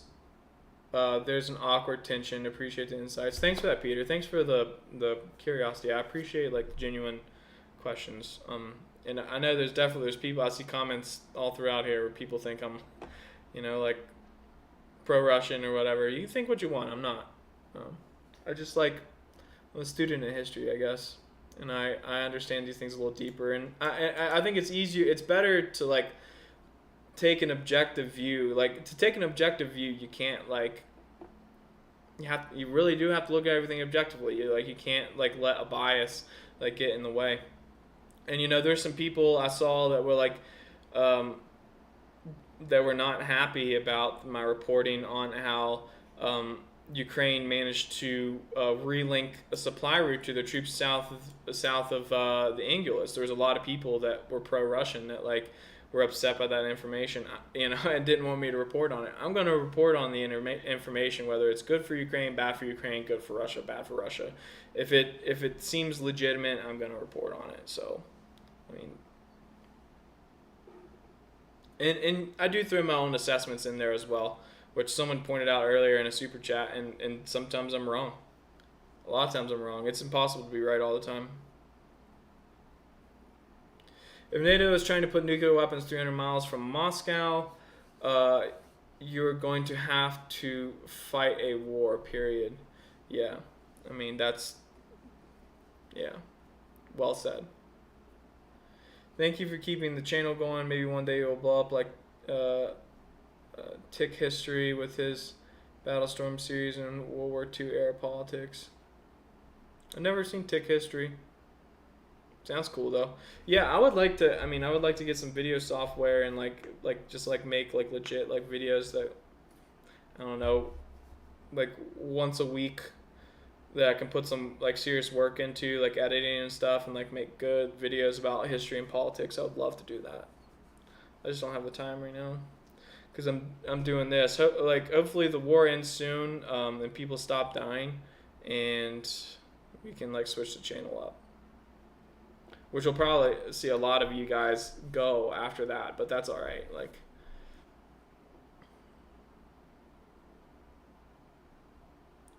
last time I hear he fled to Belgium and refused to give him out to this day. Oh, the Catalan separatist movement leader. Yeah, it's Belgium.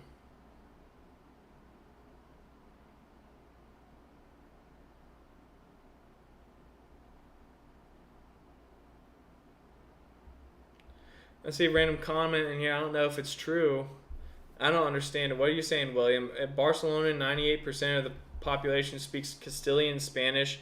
About 50 to 60% of Barcelona's total population speaks Catalan. Are you saying like the Barcelona region versus the city? Or are you saying that like the people in the city, 98% of them speak Spanish, but they also, 60% of them also speak Catalan? I don't know what you're saying there. If you can clarify.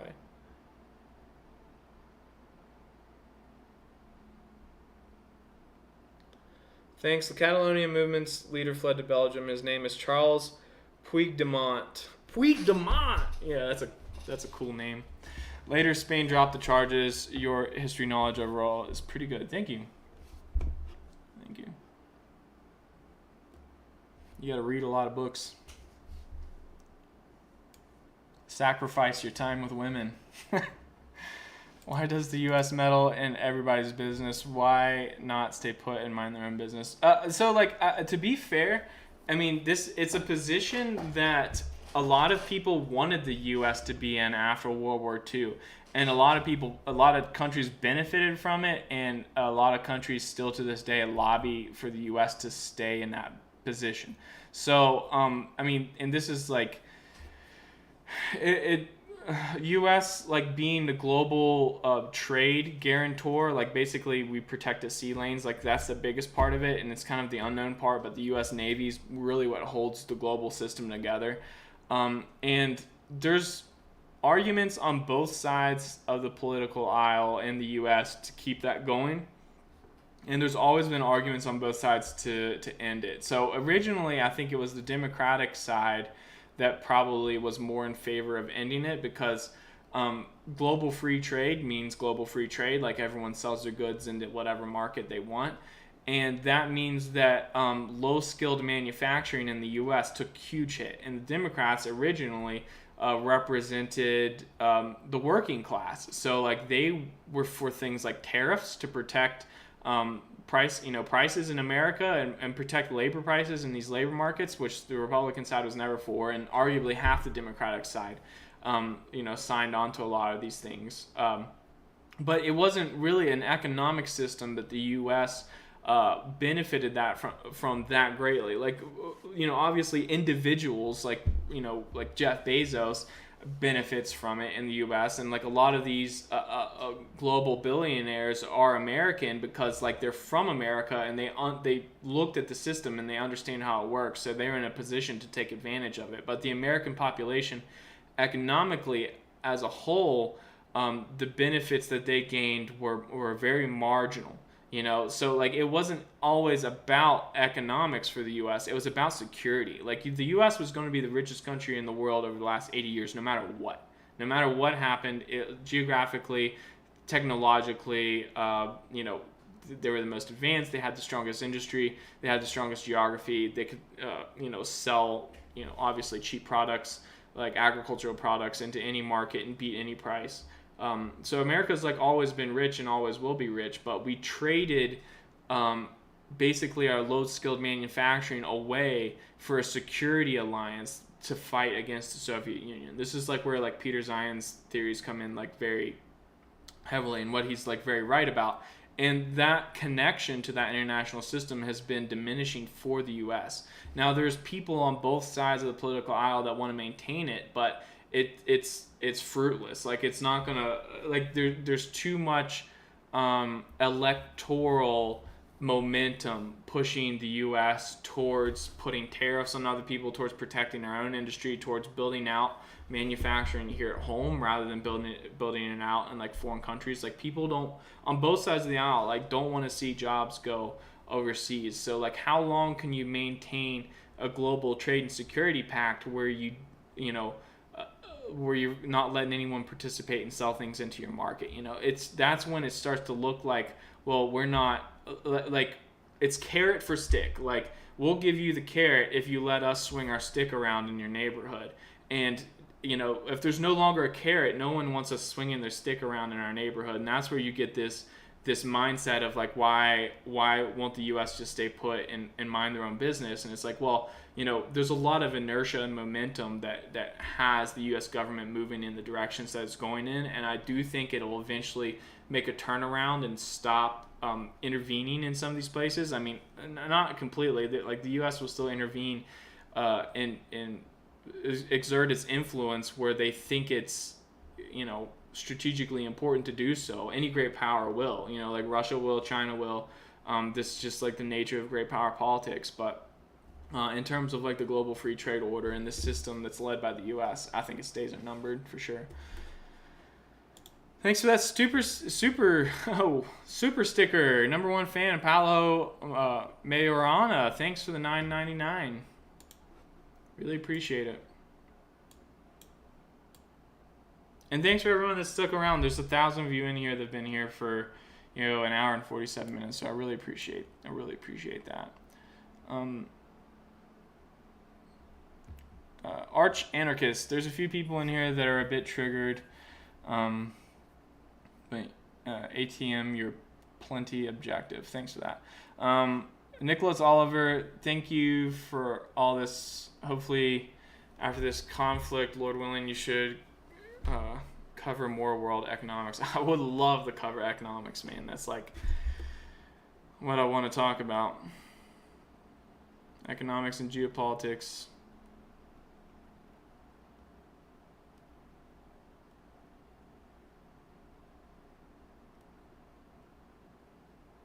Zatar, I answered a Palestine question. I haven't seen any additional ones. I have only been covering, just so you can see here.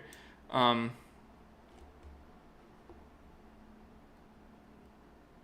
going to pull you back up and show you. I'm only covering the ones that where I see it on my screen as orange, so make sure you're tagging me properly. But if you have another Palestine question, I'll gladly answer it.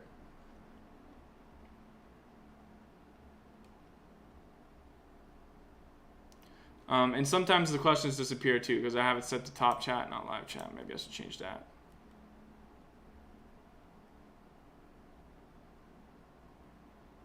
Yeah. Landon, how are Ukrainian defenses in Donetsk? Either they're still holding up or the Russians aren't pushing on them. It seems like around Bakhmut, like they're pretty staunch. The Russians really haven't made a lot of progress. They captured parts of Kadema last week, but they haven't really managed to make any more progress since then.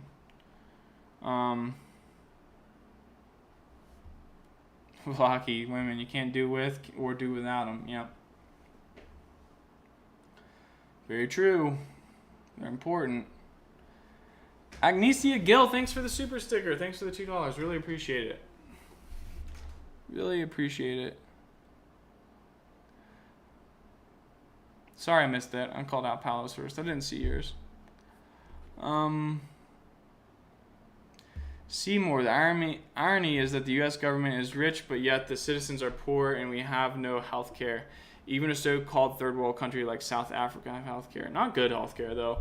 I will say, so like, I mean, just because I have like a little bit more inside knowledge on this, I had several like health economics courses in college, and it's very complicated. Healthcare is not as easy as you think it is. And a big reason, so like most of the countries with the best healthcare systems, Canada, the UK, different Eurozone countries like Germany and Sweden and Finland, a lot of them don't pay for their own defense. Like what people don't realize is that like any country that's like paying for its defense is paying at least 2% of their GDP. Not 2% of their budget, 2% of their GDP. So if their budget, like what they're raising in taxes, say if they're raising 20% of the taxes from the people, like from GDP, say if GDP is 10 trillion, right? And then, or in America it's 20 trillion. Let's say in taxes they raise, like 5 trillion, like that's 25% of like the total GDP that the government's raising in taxes, which you can't, if you start taxing like too high, then like it's really going to hurt GDP. Like the economy is going to contract. So like there's a sweet spot there. There's actually a graph in economics. I can't remember what we call it, but there's a graph on optimal, or there's a curve for optimal taxing for a country, right? So like you don't want, if you tax too low, the government suffers. If you tax too high, the people suffer. So there's a sweet spot for optimization where like both the government and the people both benefit the most, and that there's a net greater benefit, right? So in these, if you imagine that like $5 trillion was what's taken up in taxes, and we're spending 2% of our GDP on that, like that's trillions of dollars, like $1 trillion we're spending on defense, so like a big part of the government budget of any government should go to defense. Well, in Europe and like these various NATO countries, they pay like a lot of times less than 1% for their own defense. So they take that money that they're saving on defense and they have a healthcare system with that money. So like arguably no one would really have a good government paid healthcare system if it wasn't for the US like paying for everyone's defense. So like we sacrifice our own healthcare in our country to pay for the defense of Poland or not Poland. Poland, pulls its weight, but Germany and the UK and France and Italy and some of these places, and some of which don't really have that great of healthcare systems. But, free healthcare is also like, I mean, I'm not trying to get in a debate about healthcare, but like it's not free. It's still paid for by taxes. So like, one way or another. But arguably it turns out to be like better. Like the health outcomes of certain countries are better. And Canada is another example that has like a state-run healthcare system that really Canada doesn't have to have a military virtually at all. It's got no external threats. Just an interesting way to look at it. Anarchist, yeah. If you copy like anarchist right there, it shows up orange for my questions. Yep. How do you think the American half-term elections will influence the Ukrainian war in November? Is there going to be an internal trouble in the USA after that? Mostly peaceful protests, etc. Well, I mean, U.S. politics is always a mess. Like all this talk of like civil war, like there was like a poll that was done a while ago. It's like 47% of Americans think that a civil war is possible, and it's bullshit. It's not possible. It's just not. I think the U.S. is like loud about its politics, but like for the most part, the economy here, is like teetering on the edge of recession, but like for the most part, it's fine. Like it probably will be in recession sometime in the next few months. Like definite, like lots of people losing their jobs. but compared to Europe, it's not nearly as bad. And I mean, economics drives it all. Like if people aren't like able to live, then there's going to be change. And it's like this. You can argue back and forth, like conservative, liberal, all you want, but like what you're likely to see in the U.S. is a liberal government is running things, and it's not going swell. Whether it's their fault or not, they're going to get removed for a conservative government when the next elections come around. That's just what's going to happen. In Britain, conservative government currently runs right now, and the next time elections come around, they're going to get removed for a liberal government because things aren't going good and people want change. Like that's generally how it happens. Like people will blame it and say like, oh, the conservatives don't know how to run an economy or the liberals don't know how to run an economy. It's like they really like neither of them should be messing with it at all. Like the economy is kind of like just this thing that like goes on its own that like would be fine a lot of time without intervention. But yeah, Cove, thanks for the 5. Is it smart for Ukraine to push in just one direction, putting themselves in the cauldron? No, it's not. Thanks for that, though. Thanks for that. No, it is not. It is not smart. They should try to expand out wider if they want their bridgehead to be more successful.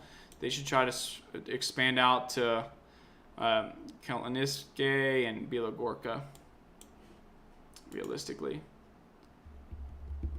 Russian tourism is like 15 billion yearly on average, and it seems most of it is now domestic. You think tourism will shift to Russia from the global south?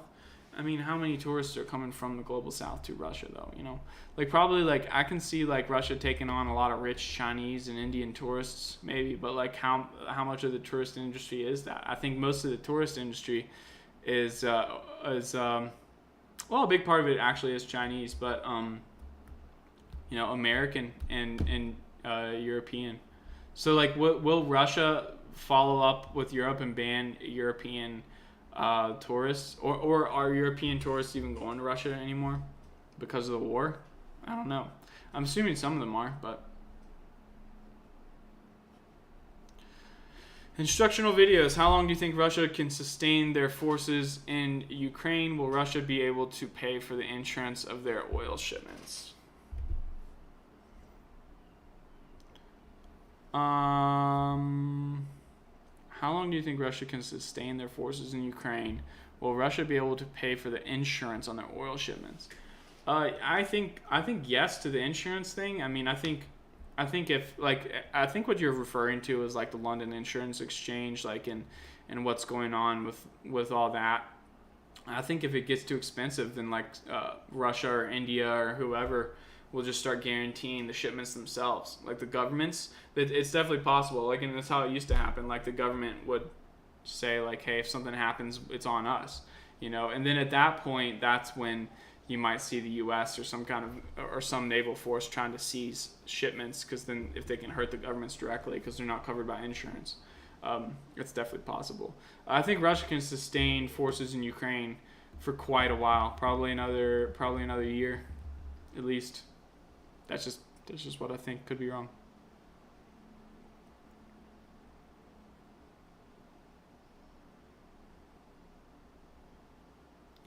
Shit, man, this doesn't load up the questions right. Michael, your take assumes that they're a real threat rather than a big propaganda event designed to support the MIC. What's the MIC? And who's the threat? I'm not sure what you're talking about. There's a delay between when you guys see me talking and when I read your questions and stuff. It's not immediate, so you gotta be as specific as you can. Don't worry about it. You didn't know it could hurt your channel.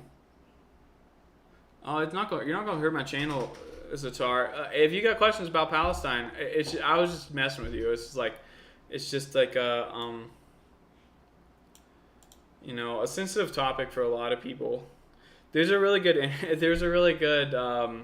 like one of these guys that does like street interviews, where he was like going around and asking like random people on the street of San Francisco, like people that were like LGBTQ or like that were like gay or whatever, and asking them like what they thought about Palestine, and they all took like the typical Democratic Party view on it, and was like, I think what Israel's doing is wrong, and like all this stuff.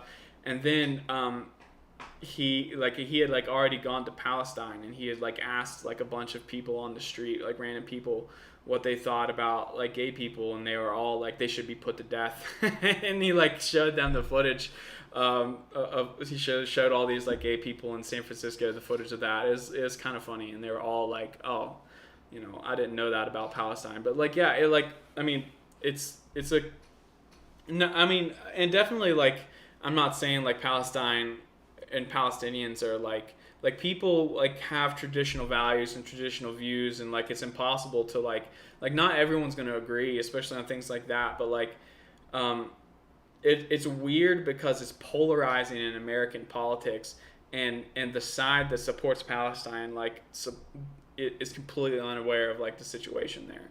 It was like kind of my point. If you knew what was going on there and you still supported Palestine, then I respect you, definitely. New World Econ, yes, 2.5% plus on security, and a lot of problems are solved for the EU. Actually, the U.S. spends closer to 4%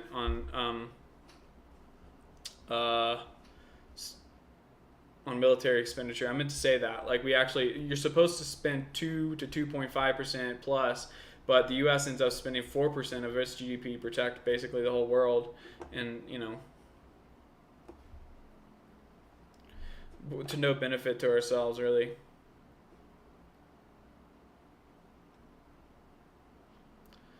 Dragos, why do you think the report from War in Ukraine seems lately as a parallel universe? He said the raid on MPP is Russian propaganda, and the Kherson counterattack is going different than other mappers. I haven't watched him recently, and we were just talking about this earlier, that some sources are saying that it's propaganda. I don't know. It like the first one definitely seems to have taken place. I can concede that there hasn't been any images of the second attack that's come out yet, so we'll see there. But like I would debate that as in saying that like if there's no way of telling it's true, there's no way of telling it's not true.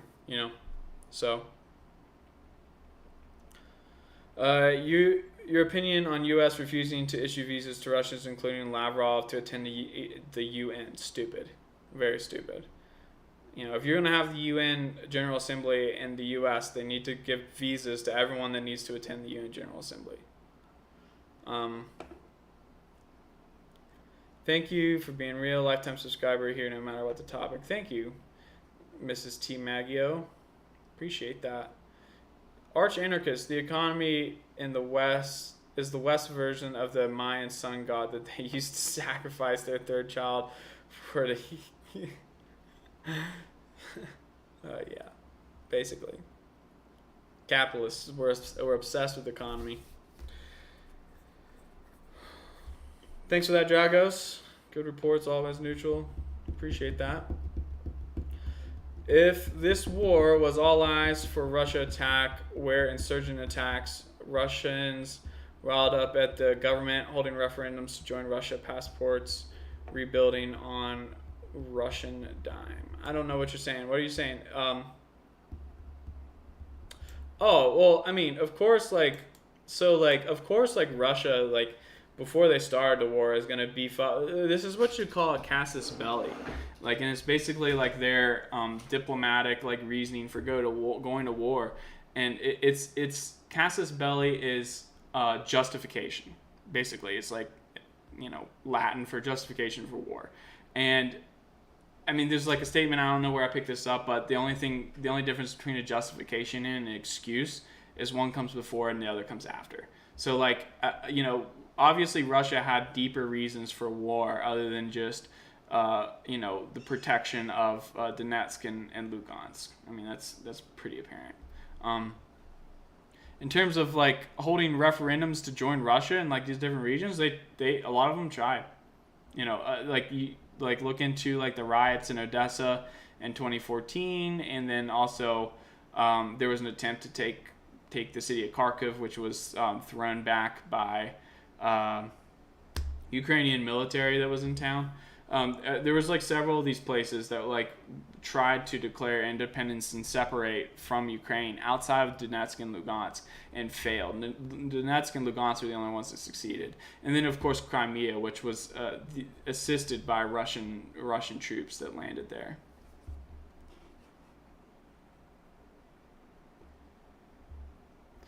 Valaki, the free healthcare system has a really long waiting list in the UK.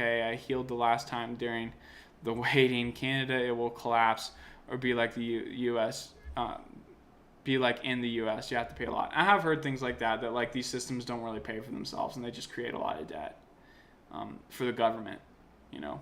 So like it say it's free, but the government's taking in debt, which they have to pay off of, you know, taxpayer money. So it's not.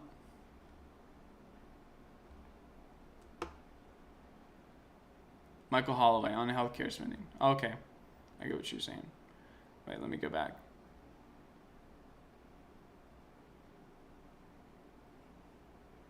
Okay.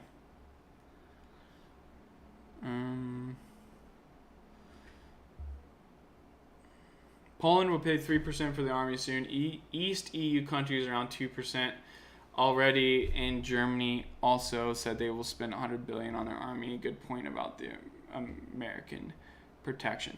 Yeah, I would point out though, like Germany spending $100 billion. Germany is like the 4th or 5th wealthiest country in the world. $100 billion is not like a percent of their GDP. Like it's more, but like they should be paying even more than that. Poland carries its own weight, I will say. Many criticisms of Poland, but they do carry their own weight. What's the current situation with Turkey, Syria, Russia, the U.S., and Iran? How is that impacting the situation in Ukraine? Are we already in World War III, or no one wants to admit it? I don't think we're in World War III. I don't think it's going to happen. I think the U.S. will probably back down. Because like what people need to realize is like a lot of these conflicts are springing up are regional, and they'll stay regional as long as like certain parties stay out of it. If certain parties enter into it, it has the potential to go global. So I don't know. Like, so Iraq right now, I want to make a separate video on this. I'm not gonna lie to you, because I have a friend that's in intelligence in the armed forces, and I've been talking to them about like Baghdad and trying to figure out what's going on there, because there was quite a bit of street fighting a couple weeks ago, and obviously this entire Middle East region is really a powder keg. So I'm gonna make a separate video on this, but like basically in terms of like Russia, Turkey, Iran, like the way the borders have been drawn up there, and the way the U.S. has played this situation actually is like very intelligent, because all three dislike the U.S. to some extent, but all three are more each other's rivals than they are with the U.S. in terms of regional politics. So like in the Caucasus and the Middle East. So the U.S. has the potential to continue to play them all off each other like very, very intelligently. Cause like, and you've probably seen this like if you follow some of these Telegram channels, like in the propaganda, like there's, you know, like one day it seems like Turkey and Russia are cool, then all of a sudden like there's like anti-Turkish propaganda on Russian channels.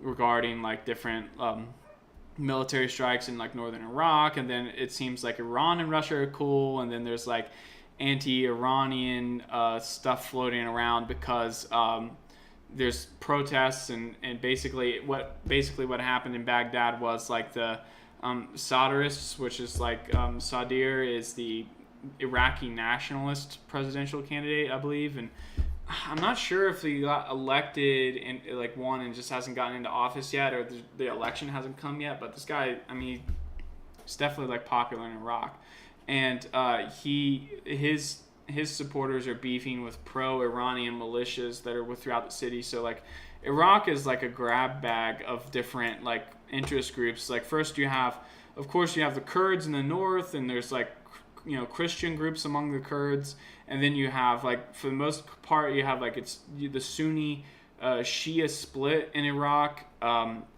But in terms of like the Sunnis, like most of the Sunnis are Arabs, and then the Shias are split among Iraqi Arabs and Persian Shias. So like Iraq is like part Arab, part Kurdish, part Persian in terms of ethnicity, right?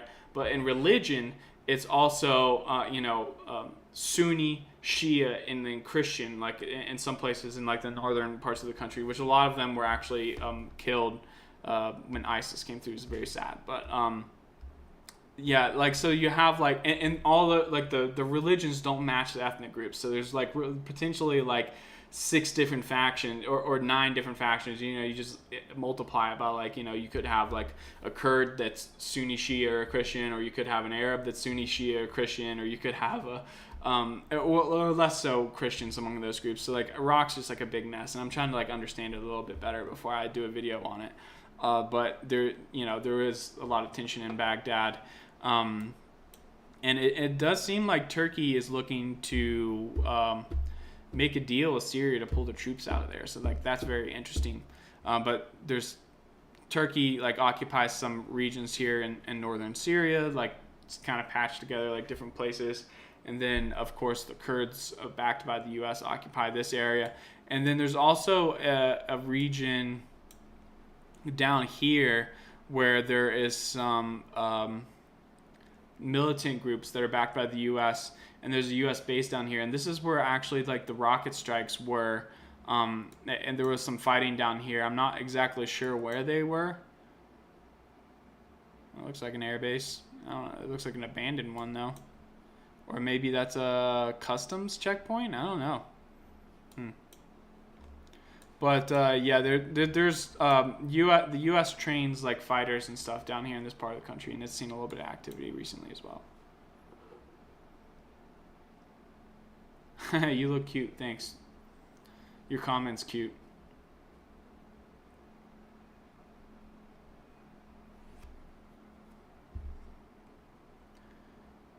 Yeah, no, I didn't see the screenshot. I'll go look at it right now though, just for the sake of.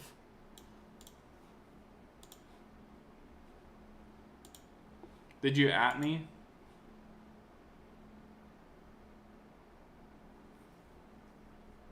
Okay. So, not going to show the video, but this is what Yazid's saying about the operation that the second crossing of the river, that it was fake. This says ASB Military News. Don't know what that is, but Russian channels have marked the video as Ukrainian psyop, saying it's faked by Ukraine. Okay. Thanks for that, Yazid. The Jewish community were kicked out of Europe and welcomed to Palestine with open hands. They lived by one another as brothers until the West thought it was their right to give land. So basically it was like I mean, if you know anything about the British Mandate and World War I, the British or the Palestinians, or I'm sorry, the Jews were already migrating to Palestine and during World War I, and they were buying property up there from the locals who were selling them property, and a lot of times for like really ridiculous prices, and they were selling them swamps and stuff, and they thought it was a big joke, like look how dumb they are, they pay for this like worthless land. But just in the Jewish religion, and I like read something about this recently, but like education is like very important, like among the Jewish religion, just kind of like how it is in like or how it was in Protestantism, which is like why like Europe and America like had a leg up in technology entering into past couple centuries. But it was just like the cultural value of education was like really what it is. It's not that like Protestants are smarter than Arabs or Jews. It's bullshit. But like there's a high cultural value of education in Judaism as well. And a lot of people they bought up this swampland, and they ended up converting it into like fertile cropland, which was incredible. Like there's some information out there about like the Los Plateau in China, and like it's like kind of like terraforming stuff, but like essentially like it's similar to like Palestine, where like most of the local Arabs for a long time were just like goat herders, and the goats are actually like detrimental to the environment. Like they completely they rip up all the grass and all the roots and all the things that hold the soil in place, and the trees and it end up dying, and there ends up being like really bad erosion, and like there's a lot of different problems, right? But the Jews like knew how to fix that, and they managed to like trap like swamp water and create like farmland and stuff. So like there was some resentment that started from that in Palestine, because the local Arabs didn't like how the Jews were turning worthless land into like the wealthiest land, and they thought that they deserved more money from it like than they originally like had sold it for. And that's when like the pogroms kind of started. And then during World War One, the Jews or the British made a lot of promises to a lot of different people that if they signed up and fought for the British against the Ottomans, that they would grant them some kind of independence afterwards, right? So like you had Jewish militias and Arab militias and Wahhabist militias, and specifically you have like the House of Saud and Wahhab and stuff in Saudi Arabia that rose up, and the similar situation in Palestine. And then after World War One happened, rather than giving Palestine to the Arabs or to the Jews like they had promised both sides, they actually ended up keeping it for themselves and trying to rule over, and like they divided the area up into Jewish and Arab sectors, and then the resentment between the two sides really started. So like it's tough to say like it was anyone's fault that it was happening. Like the Jews were migrating there, the Arabs were selling them land willingly. The British, I mean, certainly had some fault in creating the situation that they did, but the British didn't really pick a side. The British actually preferred the Arab side. The Jordanian like army, like, or there was like a Jordanian legion that was trained up there, was like British trained. It was like a crack unit of like, or a crack army unit of troops, probably like 10,000 or maybe like 5,000 troops or something like that. And the British preferred them over the Jews, but like there were some Western sympathizers that were like in the territory and like obviously assisted the Jews. Like the Jews like did a lot of making their own friends. Now they didn't really make a lot of friends with governments until well after like their independence, which they basically fought for on their own without any real outside help. The only help they got actually was from Stalin. Like Stalin approved like arms sales to the Czech Republic to be smuggled out of Europe and into Palestine to help them. And then once they won their independence, like a few years later, the U.S. really started assisting Palestine. But that was after the independence movement. Landon, how is the combat capabilities of separatist militaries in Donetsk and Lugansk? I would assume not that great. Honestly, like just like most of them fighting on the Russian side, it's just artillery cover is doing like most of the work. I think the most capable unit on the Russian side is definitely the Wagner troops, the mercenaries. Fun fact: Germany made synthetic oil and fuel from coal during World War II. The desperation phase can last a lot longer than people think. Expect Europe to get even crazier with energy. True, very true. They did do that. Also, Europe is not as industrially capable as it was back then. So, but cool fact though. Question: what's your thoughts, if any, on China versus USA? China loses. Certainly. China's, I mean, China's like lifeline is the sea. Like they ship in oil and liquefied natural gas. Like even a lot of this Russian oil they're getting is coming through the oceans and around through the Straits of Malacca into China. So like the idea here is like a nice little blockade right here and right here, or on Malacca itself. This is why the U.S. is like close with Singapore. It's because Singapore, controls the channel. A nice little blockade here would eventually like starve China out. So, strategically speaking, in like a war of attrition, China would lose. And of course, China borders Russia, and they can get resources and stuff from Russia. But it's all about we talked about this before. It's all about choke points. It's takes a lot longer, a lot more effort to move stuff across land, especially like extremely mountainous regions, which is what China has. Russia couldn't move enough oil into China to support its needs over land. It's not possible. In terms of their two SWIFT banking systems market shares, and how will this war affect those shares in third world, etc. SWIFT banking systems market shares. What do you mean? Like whose market shares? I mean, I'm just gonna say like stock markets and stuff like globally are not gonna be good for like 10 years. It's gonna be tough investment environment for everyone. So, I'm not sure what you mean by like a connection between SWIFT banking, but in the third world, the third world will definitely suffer from declines in stock market funds and accessibility. Like they're the ones that need the money the most. They're the ones that have benefited the most from the access to like cheap money over the years, and they'll be the first to go, like in terms of like where the money goes. Sorry, enter in another question. It's all right. I think the next year food prices in the EU will be terrible. As I heard a lot of fertilizer factories in the EU had to close or will close because of gas price. Do you think the USA will help? This is the biggest thing with food that people don't realize is like the price of natural gas and oil, which they use to make nitrogen and nitrogen fertilizers from, like that increases crop yield. So like even if there wasn't a problem with grain coming out of Ukraine and Russia and getting to the rest of the world, you're looking at a lot of countries that don't have good soil, like in Africa especially. Like a lot of these places in Africa where you see this light green colors, where like they've essentially just planted. No, that's the jungle. I'm sorry.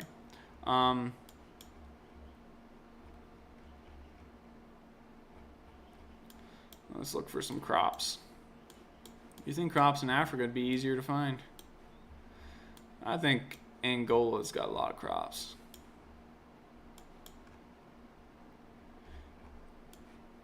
Seems like a good country for crops.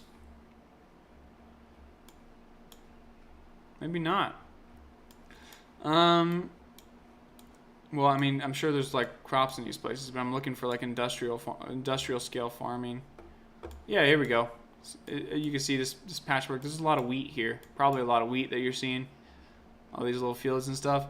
So a lot of places like throughout Africa don't have that good of soil quality, which Angola is actually not one of them. Like Angola, in terms of climate, is like much better than the rest of Africa. It's high enough in elevation that like they get like a temperate climate there.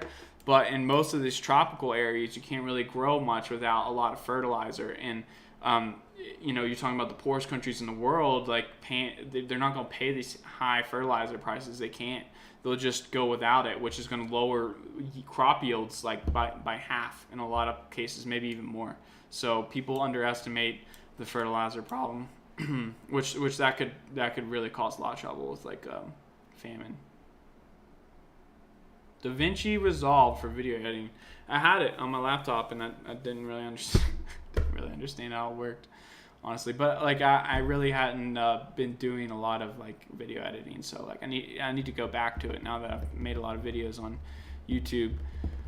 Germany is the fourth in GDP. It's US, China, Japan. Military is weak and they're going through the same progressive quotas like the US Army. Everyone is still afraid of Germany because of World War II. Very true. Very true. Thanks for that, Valaki. All right, guys, I'm gonna try and cut these questions here in a second. I did see a super chat that I didn't get to, so.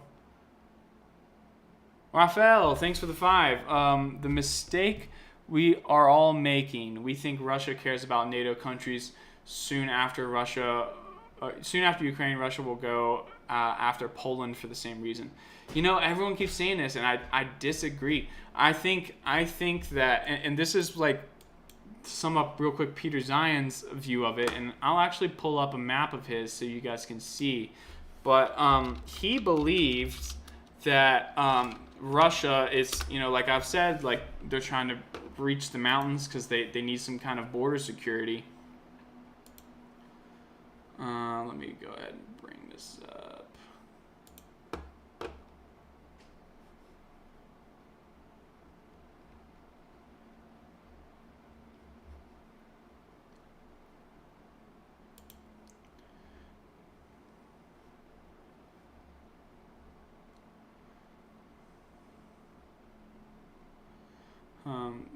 I'll be there in a second, guys. I'm sorry. I'm looking for a map.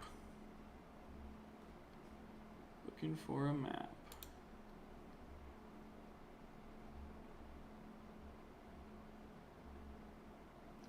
Yes. Here we go. So, this is what his prediction is. This is what Russia needs to capture in order to feel relatively secure.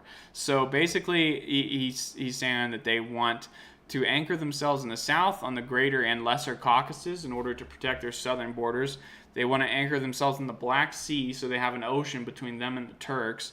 They want to anchor themselves at the Carpathian Mountains. That way the mountains can protect them from Europe, and then the only borders that they need to worry about are the border through the Polish Gap, which he seems to think that they're going to push up to the Vistula River, which makes a good geographic boundary, and then through the Bessarabian Gap, which is historically the gap that the Turks have entered through to invade Russia several times. So these are just all the countries that are on the way. Of course, you have Estonia, Latvia, Lithuania, where multiple invasions through history have come from Sweden. I don't think that Poland and these territories of Romania are worth it. You know, in terms of like how hard they would have to fight, who they would have to fight in order to capture these square miles.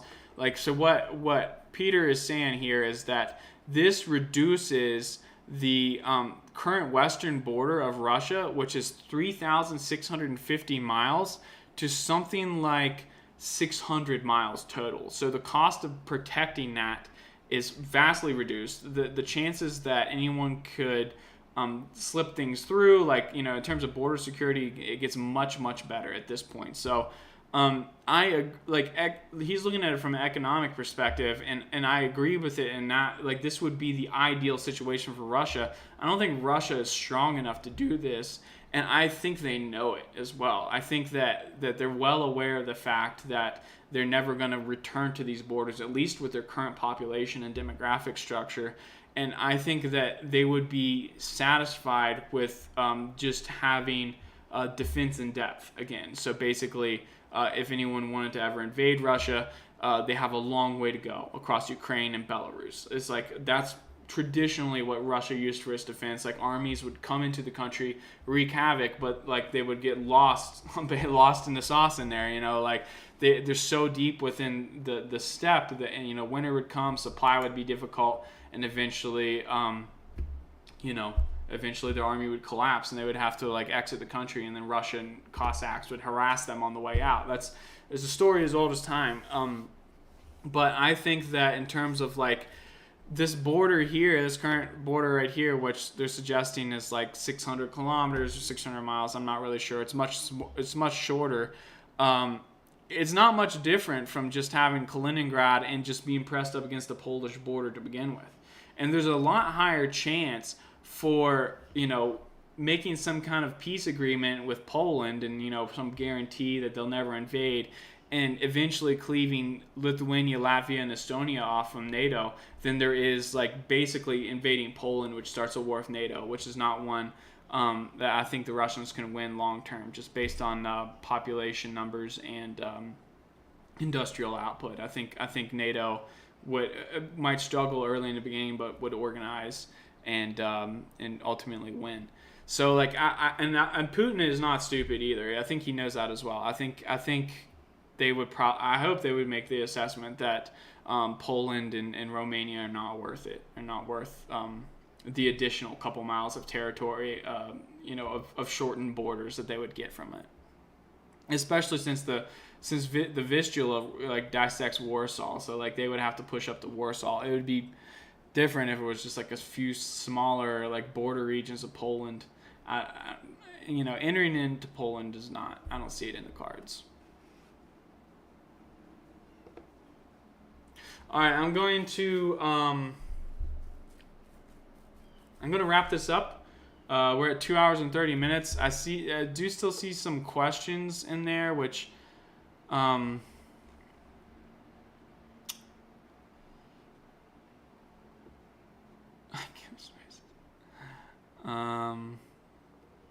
Wallachia, I think we are in a Cold War.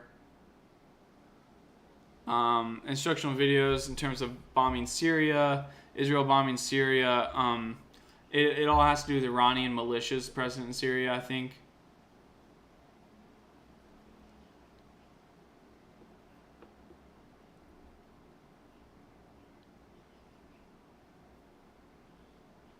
Yeah, atrocities were committed during the British Mandate in World War II, definitely. You should look into the pogroms and the race riots, man. Like they're crazy. Like they would like at the local mosque, because like a lot of at the time, this is in the 1920s, like a lot of people couldn't read and they relied on their local the local minister at the mosque to like read for them, and he would come out and he would say like Jews just desecrated in the statue in the next town over. They just desecrated a statue in the next town over, or they poured blood on a mosque, and then he would basically stir up a riot in town, and they would go around town and they would kill like 20, 30 Jews, and then the next day they'd find out, it wasn't true and he made it all up, and they'd just be like, whatever, it happened all the time. And the Jews just tried to keep to themselves. They tried to stay in their own communities, but it eventually just got to the point.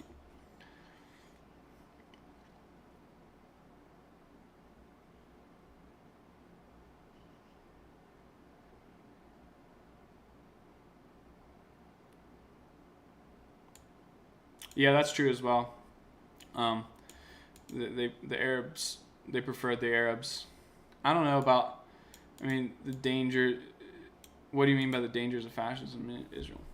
All right, guys. I wish I could get to all these comments, but it's been 2.5 hours. I got to get off here. I got some things to do. I appreciate everyone for coming and staying this long. There's still 600 of you. At one point, I think there was like 1,600. So really cool that so many of you guys joined in. Thanks for the comments. Thanks for all the super chats. I really like engaging with you guys and answering your questions. So. Everyone have a great rest of your day and enjoy the long weekend for those of you that have a long weekend. So thanks. See you next time.